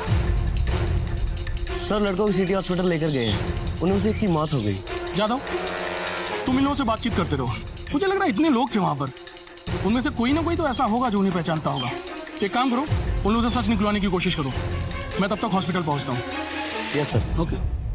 मुझे रोज मिलना है, मुझे रोज मिलना है, मुझे रोज। मम्मी आप प्लीज शांत हो जाइए। अभी सर्जरी शुरू हुई है, डॉक्टर ने बोला है रोहन को कुछ नहीं होगा। क्यों मारा रोहन को? कौन थे वो लोग? ऐसे कैसे हुआ? बहुत गड़बड़ हो गई पापा, बहुत सारे लोग थे। आप बस मम्मी का ख्याल रखो, बताता हूँ ना आपको सब बात में। एक्सक्यूज मी, आप लोगों में से क्राइम सीन पे कौन कौन मौजूद था? सर मैं, ईशा और मायरा। आपसे कुछ बात करनी है। सर, उनमें से एक ने ग्रीन कलर की टी शर्ट पहनी थी। Height was around 5 to 5'5". वो लोग 10 से 15 लोग थे, जिनमें से बस 4 ही केविन और रोहन से फाइट कर रहे थे, बाकी सब उनके सपोर्ट में थे। सर वो जिसने ग्रीन टी शर्ट पहन रखी थी उसके हाथ में हॉकी स्टिक था, और एक ने सर वो ब्राउन कलर की पठानी होती वो पहन रखी थी। उसके हाथ में वो जो नारियल छिलने वाला चाकू होता है वो था सर। बाकियों के हाथ में चॉपर और क्रिकेट स्टंप्स थे सर, हम जोर जोर से चिल्ला रहे थे पर कोई मदद के लिए नहीं आया। I was continuously trying police helpline 100, but the line was busy. Sir 2 दिन बाद केविन की दुबई के लिए फ्लाइट थी, उसकी नई जॉब लगी थी वहाँ। उसको फेयरवेल देने के लिए इकट्ठा हुए थे सर हम लोग। And sir it all started जब उन लोग ने मायरा को गंदी तरह छुआ था और गंदे कमेंट्स पास किए। सर उसमें से एक को मैंने ग्लास फेंक के मारा था, उसके सर पे काफी चोट भी आई थी। हाँ बोलो जादव। सर रेस्टोरेंट के वेटर से पता चला है कि हमलावर इसी आसपास के एरिया के हैं। एरिया में कई बार देखा गया उन्हें। हमें भी यहाँ से कुछ इन्फॉर्मेशन मिली उनके बारे में, और जिस तरीके का हुलिया बताया जा रहा है उन लोगों का पास के सिद्धार्थ नगर बस्ती से होने के चांसेस ज्यादा हैं। या तो तुम एक काम करो, एक टीम को लेकर के उस बस्ती में जाओ, उनके कहीं भाग जाने से पहले हमें उन तक पहुंचना होगा। एक बात और ज्यादा हो, उनमें से एक के माथे पर ग्लास से मारा गया है, तो एरिया के सभी डॉक्टर्स को कांटेक्ट करो। अगर चोट लगी है तो ट्रीटमेंट कहीं ना कहीं तो करवाई होगी। जो भी डाउटफुल लगे उन सबको अरेस्ट करो।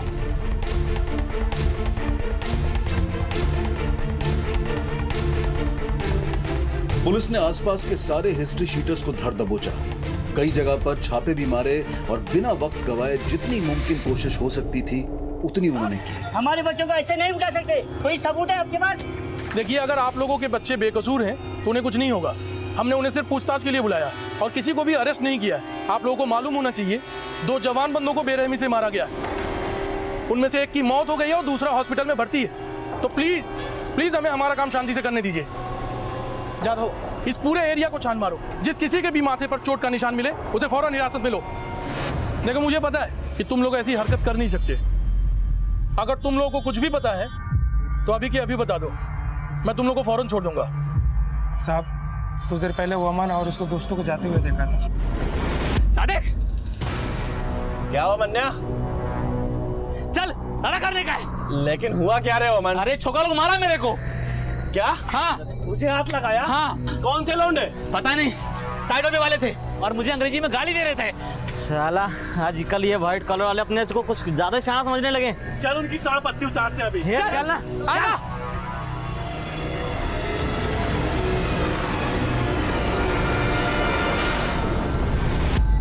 ये वमन इस एरिया में रहता है? हाँ साहब, वो यहाँ पे एक सैलून में काम करता है। और उसके दोस्त?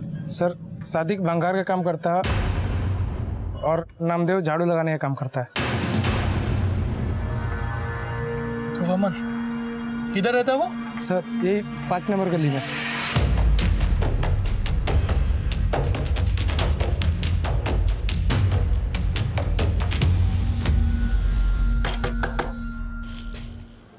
वमन? हाँ साहब। साहब, हुआ क्या? अरे मैंने क्या किया साहब?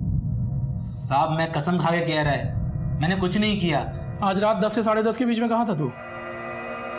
घर पे था साहब, इंडिया का मैच चल रहा था, मैं वही देख रहा था। अच्छा, तो ये हॉकी स्टिक्स और स्टेप्स लेकर के कहाँ जा रहा था? Hockey stick? साहब, किसने झूठ बोला आपको मेरे बारे में? अच्छा, ये डर क्यों रहा भाई? ये चोट कैसे लगी? वो घर जाते वक्त गिर गया था साहब। कहाँ गिरा था? चल जगह दिखा। वो सलीम मटन शॉप के बाहर। ये पट्टी किसने किया? डॉक्टर ने। डॉक्टर का नाम?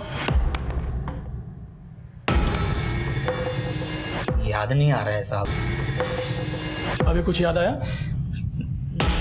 डॉक्टर मनोज शाह। देख, सच बोल, खून तुम लोगों ने ही किया है ना? नहीं साहब, वो लोग झूठ बोल रहे हैं मेरे बारे में, मैंने कुछ नहीं किया साहब।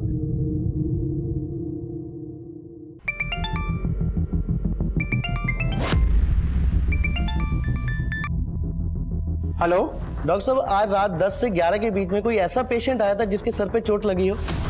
हाँ हाँ, 2-3 लोग लेकर आए थे उसे मेरे पास। उनमें से किसी ने कुछ ये बताया कि उसके सर पे चोट कैसे लगी थी? हाँ, किसी ने उसे कांच का गिलास फेंक कर मारा था। जख्म काफी गहरा था, तो जख्म के अंदर कांच के गिलास के पार्टिकल्स मिले मुझे काफी। ओके, थैंक यू डॉक्टर साहब।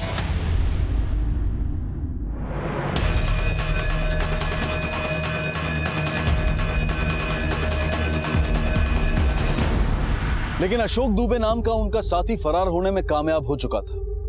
अब सवाल यह था कि आखिर उस रात उस रेस्टोरेंट के बाहर ऐसा क्या हुआ था कि जिसमें 23 साल के केविन डिसूजा को अपनी जान गंवानी पड़ी और 29 साल का रोहन चौहान हॉस्पिटल में जिंदगी और मौत के बीच जूझ रहा था। पहल के रहते इतने संगीन जुर्म की वारदात हुई।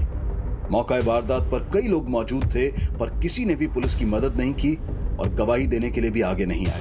दूसरे दिन पुलिस ने इन 3 आरोपियों को अदालत के सामने पेश किया और केस को पुख्ता बनाने के लिए 14 दिन की पुलिस कस्टडी की मांग की, जो कि अदालत ने मंजूर कर दी। इसी बीच एक ऐसी घटना घटी जिससे इस केस ने एक नया मोड़ ले लिया।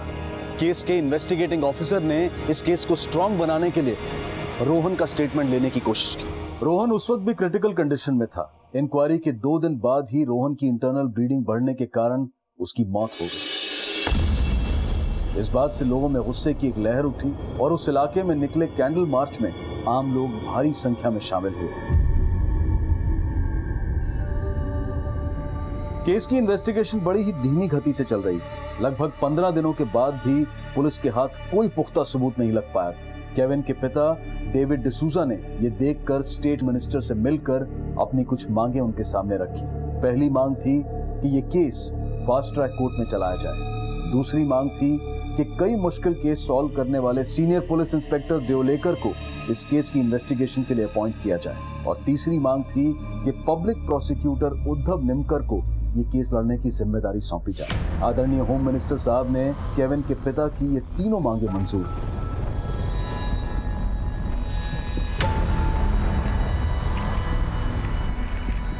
अनुज, बाकी सारे पेपर्स थे, लेकिन उस लड़के का स्टेटमेंट क्या जिसने सबसे पहले हमें कॉल किया था? सर उसे हम ट्रेस करने की कोशिश कर रहे हैं। अनुज, मुझे कोशिश नहीं, उस लड़के का स्टेटमेंट चाहिए। जी सर। उसने हमें कॉल किया था, इसका मतलब उसका नंबर हमारे सिस्टम में जरूर रजिस्टर हुआ होगा। ये सर। तो उसे वो लोगों ने बुलाया क्यों नहीं?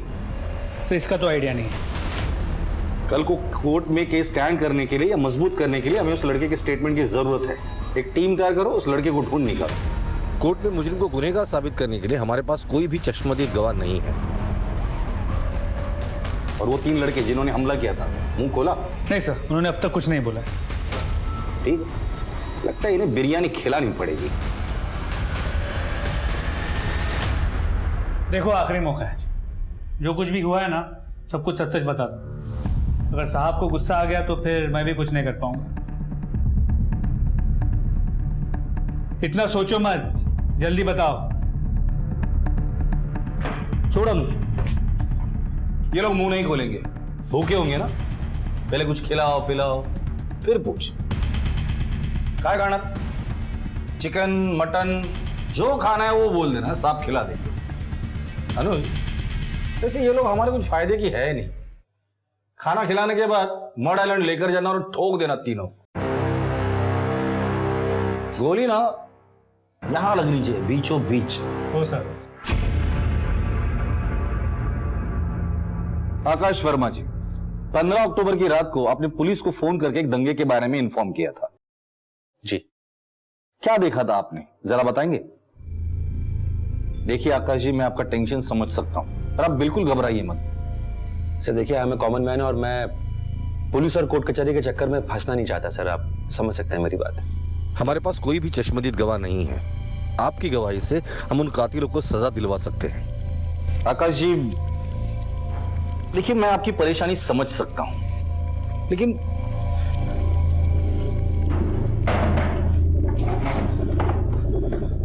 आकाश जी, अगर आप जैसे पढ़े लिखे लोग ये सब बातें सोचते बैठेंगे तो और लोगों से हम क्या उम्मीद रखेंगे? जरा सोचिए, 2 मासूम लोगों की जान गई है। आपको नहीं लगता कि उन्हें न्याय मिलना चाहिए, उन दरिंदों को सजा मिलनी चाहिए? ठीक है सर, मैं बताता हूं आपको। उस रात ओशिवारा के उस रेस्टोरेंट बार के ठीक सामने मैं कॉफी शॉप में बैठकर अपने दोस्तों का इंतजार कर रहा था। एक भीड़ दौड़कर आती है, उनके हाथों में हथियार होते हैं और एक अटैक होता है, मारधाड़ शुरू हो जाती। आपने उन लोगों को देखा था? सर थोड़ा दूर था, मैं 60-70 मीटर की दूरी पे ठीक सामने कॉफी शॉप था, नजदीक नहीं था तो अच्छे से देख नहीं पाया। लेकिन अगर मैं उनको सामने खड़ा कर दूंगा तो क्या आप उन्हें पहचान पाएंगे, आइडेंटिफाई कर सकते हैं? कोशिश कर सकता हूं सर। आपने जो कुछ भी हमें बताया आप कोर्ट में आके बता सकते हैं?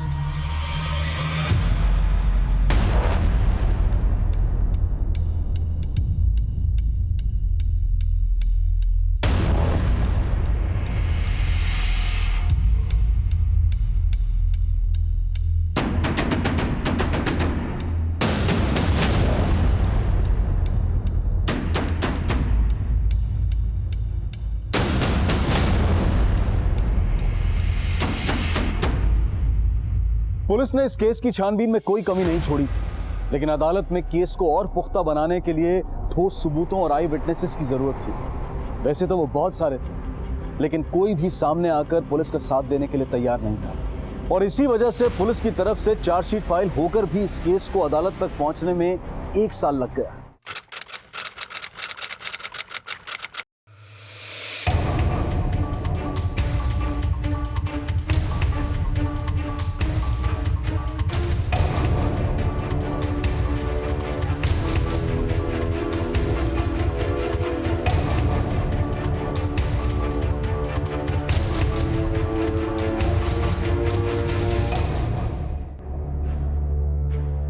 Yes, please. You may start your proceedings.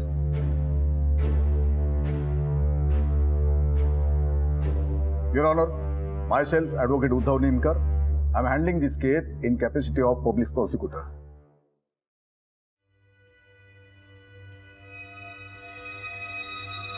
Your Honor, myself, Advocate Vijay Bhatt. Advocate Hamid Ansari, Advocate Jasmine Dawawala, and Advocate Hiten Patel will argue for defense. What? Are you serious, sir? Yes, Mr. D'Souza. ये चारों वकील इतने महंगे हैं, meeting का लाखों रुपए लेते हैं। लेकिन ये जो किलर्स हैं, ये चारों तो आम फैमिली का छोकरा लोग हैं। जानता हूँ मैं, कोई सलून में काम करने वाला, झाड़ू लगाने वाले का बेटा, ये सारे इतने महंगे वकील कैसे अफोर्ड कर सकते हैं? I really can't understand this. मैं समझाता हूँ।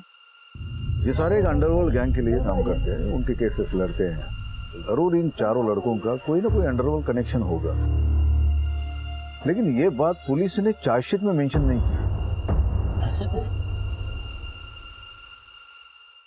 मिस्टर डिसूजा, आपको क्या लगता है कि इतनी बड़ी और इंपॉर्टेंट इंफॉर्मेशन हमारी नजर से छूट जाएगी? लेकिन सर, ये बात आप चार्जशीट में मेंशन किया ही नहीं है। इसलिए मेंशन नहीं किया क्योंकि तभी इन चारों का किसी भी गैंग के साथ कोई कनेक्शन था ही नहीं। अब हो गया है। अब हो गया मतलब? जब इन चारों को मर्डर केस में जुडिशियल कस्टडी हुई थी, तब वहां उनका स्वागत हुआ था।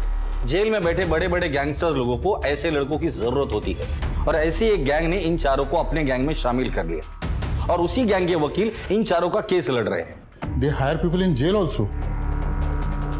मिस्टर डिसूजा, कड़वा है पर सच है। योर ऑनर, मेरे क्लाइंट मिस्टर वामन कोहली और उनके तीनों दोस्त उस रात किसी पार्टी से घर लौट रहे थे। ये लोग थोड़े अल्कोहल के नशे में भी थे। विक्टिम केविन डिसूजा और रोहन चौहान जब इन्हें मिले तो उन लोगों ने भी शराब पी रखी थी। केविन और रोहन ने शराब के नशे में इन लोगों से झगड़ा शुरू किया और तो और इन पर जानलेवा हमला भी किया। फिर अपने बचाव में इन लोगों ने भी काउंटर अटैक किया, जिसमें केविन डिसूजा और रोहन चौहान जख्मी हुए और उन्हें अस्पताल में भर्ती कराया, जहां उनकी मौत हो गई। मतलब इनके बीच जो कुछ भी हुआ वो कोई सोची समझी साजिश नहीं, बल्कि एक अनफॉर्चुनेट एक्सीडेंट था जो सिर्फ शराब के नशे की वजह से हुआ, जिसे मेरे काबिल दोस्त पब्लिक प्रोसिक्यूटर साहब और पुलिस मिलकर एक प्री प्लान्ड मर्डर का रूप दे रहे हैं। I object, Your Honor. Your Honor, Vaman Kohli, Sadiq Sheikh और नामदेव मुरकुटे, इन तीनों को जब पुलिस ने अरेस्ट किया तब उनके मेडिकल टेस्ट की थी। उस टेस्ट की रिपोर्ट अदालत में मैं पहले ही पेश कर चुका हूं। उन रिपोर्ट के अनुसार नामदेव मुरकुटे और सादिक शेख, इनकी बॉडी में जो अल्कोहल की मात्रा पाई गई है वो इतनी कम है जितनी कि किसी दवाई में होती है। वामन कोहली की बॉडी से अल्कोहल ट्रेस हुआ ही नहीं। इसका साफ साफ मतलब है कि जब यह हादसा हुआ तब ये लोग शराब के नशे में धुत नहीं थे, बिल्कुल होश में थे। Now let's come to the important point in this case, that is the intention of crime. वो ये है कि वामन और अशोक ने विक्टिम केविन और रोहन की फ्रेंड मायरा और ईशा, इनको मोलेस्ट करने की कोशिश की। इसी की वजह से झगड़ा शुरू हुआ था। I object your honour. Molestation की ये कहानी सरासर झूठी है, क्योंकि पुलिस इन्वेस्टिगेशन में या फिर एफआईआर में भी इस बात की पुष्टि के लिए कोई सबूत मौजूद है ही नहीं। ये सिर्फ प्रोसिक्यूशन और पुलिस की एक मनगढ़ंत कहानी है। वहां मॉलेस्टेशन जैसी कोई बात हो ही नहीं थी। दरअसल केविन और रोहन की महिला दोस्तों ने मेरे क्लाइंट वामन और उनके दोस्तों पर लोअर इकोनॉमी क्लास होने पर गंदे कमेंट्स पास किए थे, जो इस झगड़े की अहम वजह थी। मिस मायरा अल्मेडा, 15 अक्टूबर की रात को जब यह हादसा हुआ तब आप ओशिवरा के रेस्टोरेंट एंड बार में मौजूद थी? जी हाँ। अब कोर्ट को यह बताइए कि उस रात एग्जैक्टली क्या हुआ था? उस रात हम सब वहाँ केविन का न्यू जॉब सेलिब्रेट करने गए थे।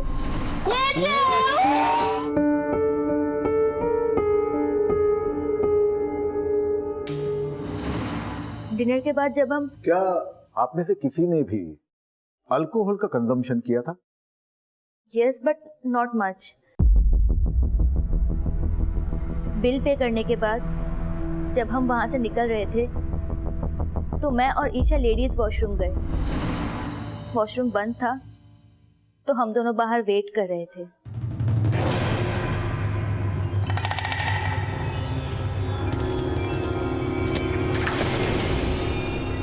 मस्ती करेंगे, एंजॉय। स्माइल। ओए, तुम्हारी हिम्मत कैसे मुझे छूने की? ओहो, बस छुआ ही तो है, करंट लगा क्या? Hey, just shut up and leave. Madam, Hindi के लिए दो दबाने का। Bloody lower class people. गुस्सा इतना हसीन है, प्यार कैसा होगा? आती है क्या? अरे घर खाली है अपना। सर उसके बाद हम बाहर आए और अपने दोस्तों को ये बात बताई। अरे वो ऊपर मवाली लड़के थे ना, उन लोगों ने मायरा को गंदी तरह टच किया था। कौन थे वो लड़के? अरे वो ऊपर यही थे वो लड़के। तुमने अभी इस लड़की को छुआ? How dare you! गलती से हाथ लगा, सॉरी बोला मैडम को। तो क्या मेहरबानी किया क्या? अब हाथ जोड़ माफी मांग फिर से। ए बच्चे, बोला ना भाई ने, सॉरी मांगा ना, मांगा ना, तो फिर कमती हो, चल निकल यहाँ से। यू हाँ, सीधी तरह बात कर, नहीं तो क्या रे, क्या उखाड़ेगा तू मेरा? हैं? लड़की के सामने में हीरो बन रहा है। रुक जा, तूने हाथ लगाया मेरे को? हाथ लगाया? इधर ही रोक। अगर मर्द का बच्चा है ना, इधर ही रोक, मैं तो बताता है, चीज रख देगा तेरे को। मर्द का बच्चा ही नहीं रोक, और मैं बता देगा तेरे को। ए सादिक! और फिर ये लोग वहां से चले गए। हमें लगा मामला खत्म हो गया, लेकिन 10-15 मिनट बाद ये लोग 10-12 लोगों को लेकर आए और फिर केविन और रोहन को। योर ऑनर, मायरा ने तो मेरी इस बात को बहुत ही अच्छे और आसान तरीके से साबित कर दिया है कि केविन ने ही झगड़े की पहल की थी और इन लोगों ने अल्कोहल यानी शराब भी पी थी। इससे ये बात साफ होती है कि केविन और रोहन ने मेरे क्लाइंट वामन, सादिक, नामदेव और अशोक को अपने बचाव के लिए हमला करने पर मजबूर किया।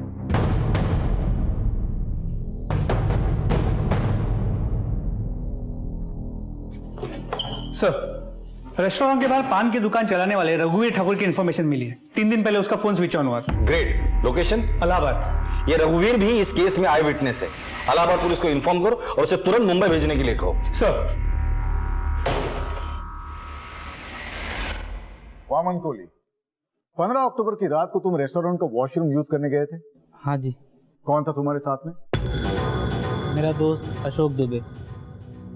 वामन कोहली के साथ में इनका दोस्त अशोक दुबे भी था। इन दो लड़कियों को पहचानते? जी। कैसे? ये भी उस रात वहां पर थी। वहां पर? मतलब? रेस्टोरेंट के अंदर, वॉशरूम के बाहर। जहां पर तुमने उनको छेड़ा, उनको छुआ, करेक्ट? नहीं, ये गलत है। सही गलत क्या है उसका फैसला अदालत करेगी।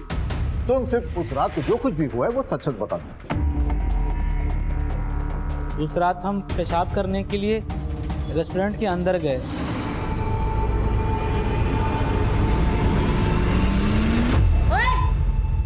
तुम्हारी हिम्मत कैसे मुझे टच करने की?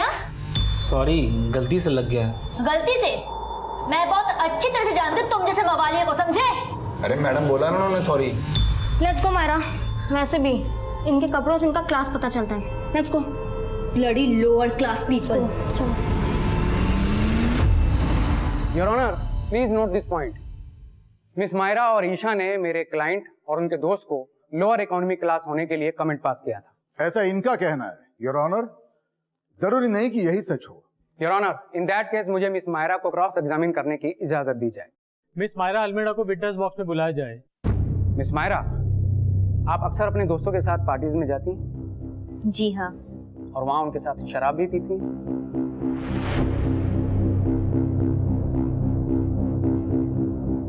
Not regularly, but sometimes yes. तो उस दिन भी आपने अपने दोस्तों के साथ शराब पी थी? Sir, it's my personal choice. I object, Your Honor. Defence lawyer को मेरी विटनेस की निजी जिंदगी से जुड़े सवाल पूछने का कोई अधिकार नहीं। Objection sustained. मिस मायरा, आपने बताया कि मेरे क्लाइंट वामन कोहली और अशोक दुबे ने आपके साथ बदतमीजी की या आपको मोलेस्ट करने की कोशिश की? कोशिश नहीं की, इन्होंने मुझे मोलेस्ट किया। एग्जैक्टली उन्होंने किया क्या था? Can you please explain to the court?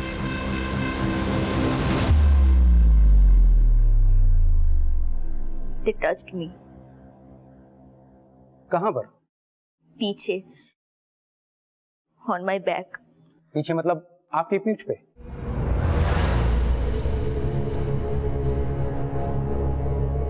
No. On my bum. अच्छा, दोनों में से किसने टच किया था? I don't know exactly, but इन्हीं में से कोई था. लेकिन आप ये सब कैसे कह सकते हैं? हो सकता है कि कोई तीसरा आदमी आपको टच करके पीछे से निकल गया हो और आपने मेरे क्लाइंट्स को देखा और ये समझा या गलतफहमी पाल ली कि इन्होंने ही आपको टच किया। नहीं, इन्होंने मुझसे गंदी बातें भी की थी। Can you please explain? They said, आती है क्या? आज घर खाली है। लेकिन आप ये सब कैसे कह सकती हैं कि ये उन्होंने आपको ही कहा था? It's obvious, sir. Then prove it.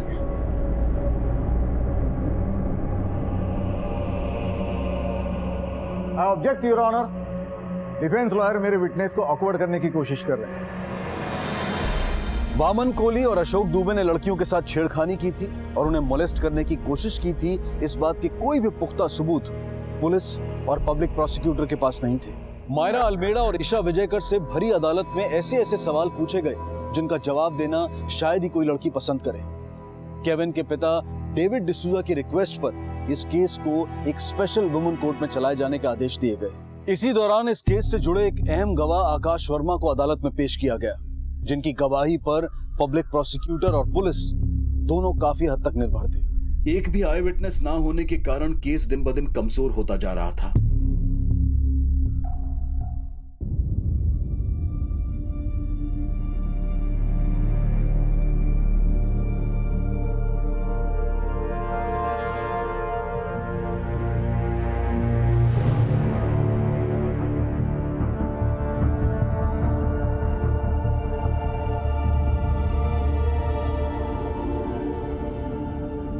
Proceed.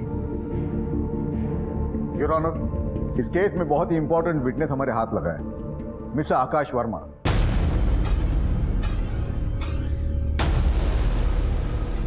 मैं मिस्टर आकाश वर्मा को विटनेस बॉक्स में बुलाने की इजाजत चाहता हूँ। इजाजत है। मिस्टर आकाश वर्मा, क्या आप ही ने पुलिस को फोन किया था? जी, मैंने ही फोन किया था पुलिस को। उस रात आप मौका वारदात पर मौजूद थे? बिल्कुल, मैं वहां मौजूद था। I object your honour. Your honour, इस बात को सही या गलत साबित करने के लिए मैं भी मिस्टर आकाश वर्मा से कुछ सवाल जवाब करने की इजाजत चाहता हूँ। इजाजत है। Thank you your honour. Mister Aakash Verma, ये बताइए कि आप करते क्या हैं?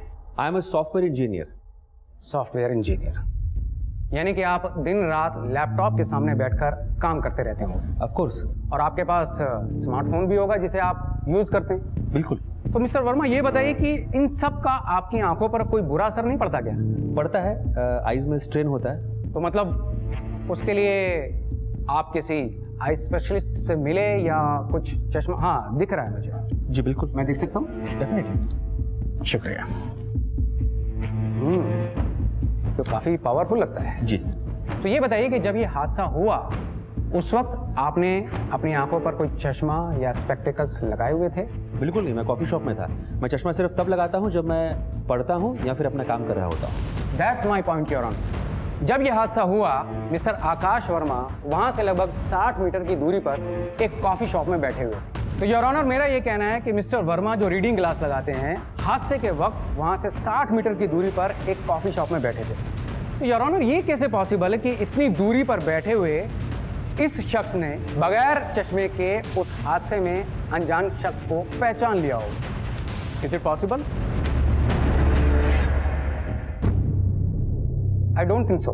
वकील साहब, मेरी आईसाइट वीक है, मैं रीडिंग ग्लासेस लगाता हूं। इसका मतलब ये नहीं कि मैं सामने देख नहीं पाता या कुछ दूरी पे मुझे ये नहीं पता कि कितनी भीड़ है और कौन क्या कर रहा है। मैडम, मैंने उस हादसे को देखा, पुलिस को फोन किया और ये सुना भी मैंने कि वहां पे झगड़ा चल रहा है, कोई किसी को मार रहा है। मिस्टर वर्मा, जितनी पावर का आप चश्मा लगाते हैं उससे साबित होता है कि ये पॉसिबल ही नहीं है कि 60 मीटर की दूरी पर आप किसी दंगे में अनजान शख्स को पहचान लें। आप बिल्कुल गलत बोल रहे हैं। करेक्ट?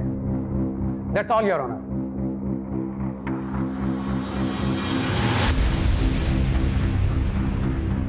कत्ल के वक्त मौजूद गवाह एक के बाद एक कमजोर पड़ रहे थे। सेक्सुअल मॉलेस्टेशन और छेड़खानी की बात भी पुख्ता सबूत न होने की वजह से ठोस तरीके से साबित करना मुश्किल लग रहा था। इन परिस्थितियों से निराश होकर इस केस से जुड़ी मायरा अल्मेडा ने सोशल नेटवर्किंग प्लेटफॉर्म पर अपनी भावनाओं को व्यक्त किया और इस मामले की सच्चाई को लोगों तक पहुंचाने की कोशिश की और उनकी ये कोशिश काफी हद तक कामयाब भी हुई। समाज के लगभग सभी वर्गों की तरफ से केविन डिसूजा और रोहन चौहान को समर्थन जाहिर किया गया और इस समर्थन के अलावा इस डिजिटल मूवमेंट की वजह से इस केस में एक बेहद अहम मोड़ आया। रघुवीर ठाकुर, आप ओशिवरा के रेस्टोरेंट एंड बार के सामने आपकी पान की दुकान है? जी साहब। अब हमें बताइए कि 15 अक्टूबर 2011 की रात को आपकी दुकान के सामने कौन सा हादसा हुआ और उस हादसे में कौन कौन शामिल था? हाँ साहब, सब बताता हूँ साहब। सबसे पहले ये दोनों गुटों में झगड़ा शुरू हुआ। उसके बाद जिस लड़के का मर्डर हुआ था ना, वो लड़का ने जाके उसको एक लाफा मार दिया।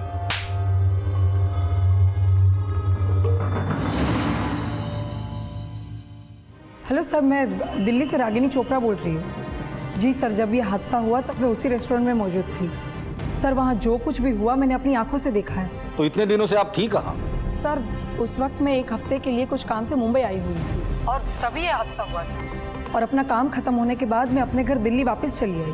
फिर मुझे इस केस के बारे में ज्यादा जानकारी नहीं थी और मुझे लगा कि इतने सारे लोग थे वहाँ पर, किसी ना किसी ने अब तक गवाही दे दी होगी और क्रिमिनल्स को सजा भी मिल गई होगी।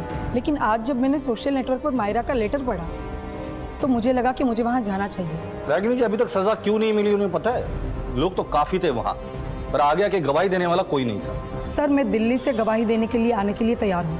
रागिनी जी, आप जैसे लोग इस समाज के लिए एक मिसाल बन सकते हैं। जब भी कोर्ट में तारीख होगी आपको वहाँ आके गवाही देनी पड़ेगी। I am ready sir. अगर आप जैसे लोग आगे आके गवाही देंगे तो आधे से केस तो ऐसे ही सॉल्व हो जाएंगे। Thank you again.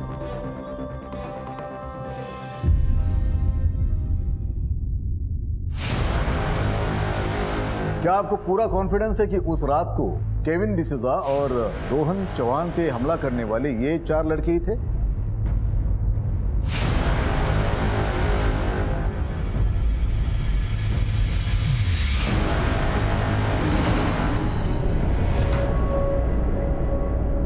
बहुत चर्बी चढ़ी है तुम लोगों को। अभी दिखाता हूँ सब भाईगिरी क्या होती है।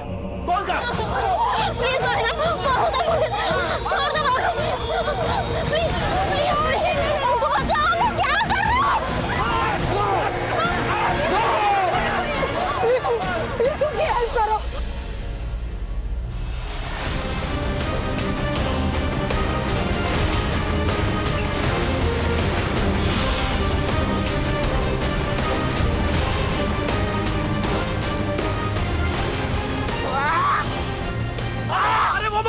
अरे क्या हुआ?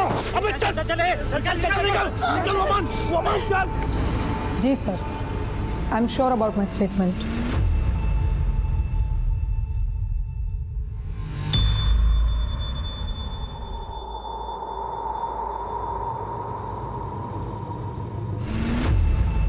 योर ऑनर, रघुवीर ठाकुर और रागिनी चोपड़ा इस केस के बहुत ही अहम चश्मदीद गवाह हैं, जिनसे केवल 3 फुट की दूरी पर यह क्राइम हुआ था।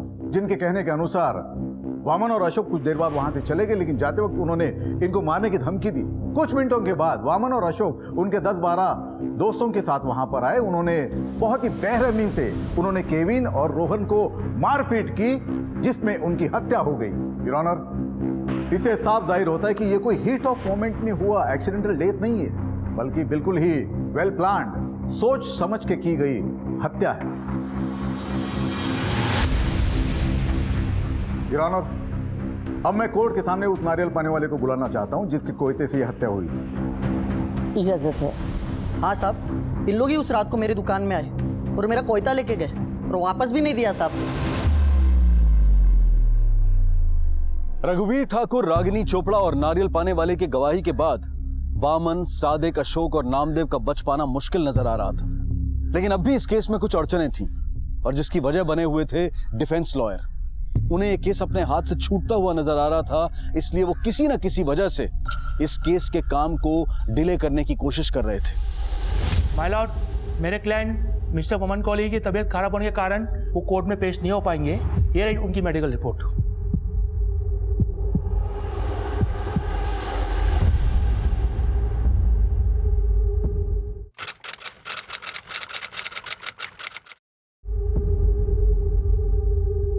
योर ऑनर, मैं तहे दिल से माफ़ी मांगते हुए ये कहना चाहता हूँ कि हमारे साथी वकील मिस्टर दवावाला अपने किसी निजी काम की वजह से आज कोर्ट में नहीं आ पाए, इसलिए मेरी आपसे दरख्वास्त है कि हमें अगली डेट दे दी जाए।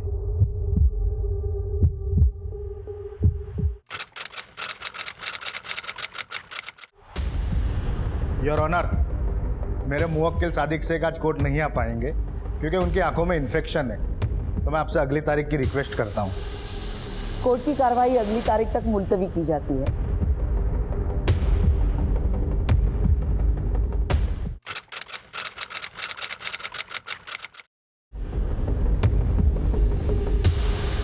योर ऑनर, मेरी विटनेस मिस रागिनी चोपड़ा पिछले 1 साल भर से इस केस की सुनवाई के लिए दिल्ली से मुंबई अपने खर्चे से आ रही है, लेकिन हर बार कोई ना कोई कारण दिया जाता है और डिफेंस की तरफ से इस केस की सुनवाई को डिले किया जाता है।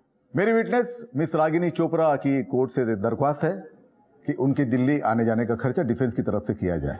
ये उसके पेपर्स।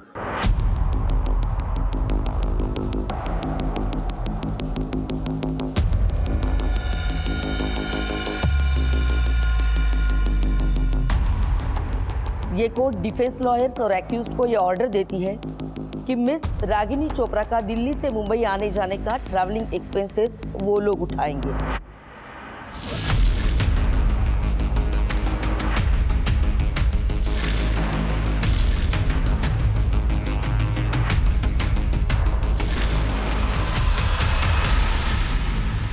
लेकिन जज साहिबा के सामने डिफेंस की ये डिले टैक्टिक्स ज्यादा दिनों तक काम नहीं कर पाई, लेकिन फिर भी इस केस को पूरा होने में और वर्डिक्ट आने में लगभग 5 साल लग गए।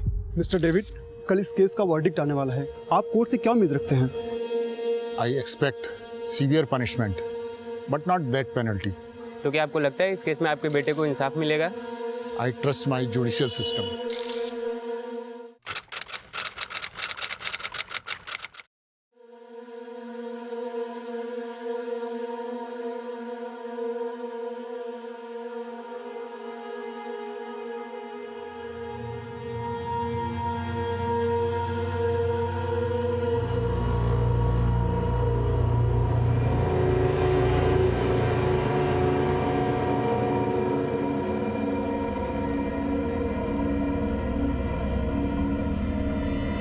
सारे सबूतों और गवाहों को मद्देनजर रखते हुए ये अदालत इस नतीजे पर पहुंचती है कि आरोपी वामन कोली, सादिक शेख, नामदेव मुरकुटे और अशोक दुबे, इन्होंने केविन डिसूजा और रोहन चौहान की हत्या की है। हत्या का भयानक स्वरूप देखते हुए अदालत इन चारों आरोपियों को धारा 302, 324 और 434 के तहत आजीवन कारावास की सजा सुनाती है।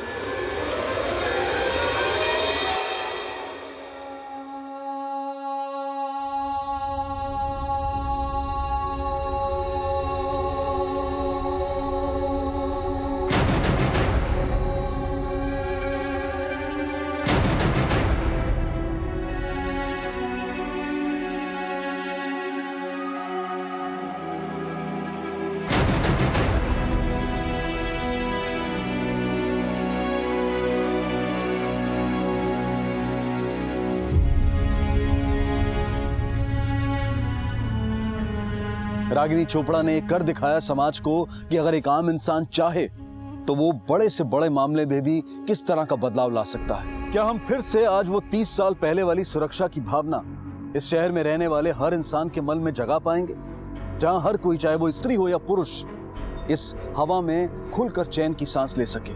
या फिर वो भावना सिर्फ उन दिनों के किस्से कहानियों तक ही सीमित रहेगी? और सिर्फ मुंबई में ही क्यों, इस देश के हर शहर में इस भावना का निर्माण करना पॉसिबल है, लेकिन उसके लिए आम आदमी, पुलिस, कानून और प्रशासन को एक साथ मिलकर पहल करने की जरूरत है। सिर्फ सोशल मीडिया पर अपना गुस्सा जाहिर करके चुपचाप बैठने से कुछ नहीं होने वाला है। अगर अपने अपने शहर का हर व्यक्ति अपनी तरफ से कोशिश करे तो बदलाव लाना मुश्किल नहीं है। इसी विचार के साथ अब मैं अनूप सोनी आपसे विदा लेता हूं।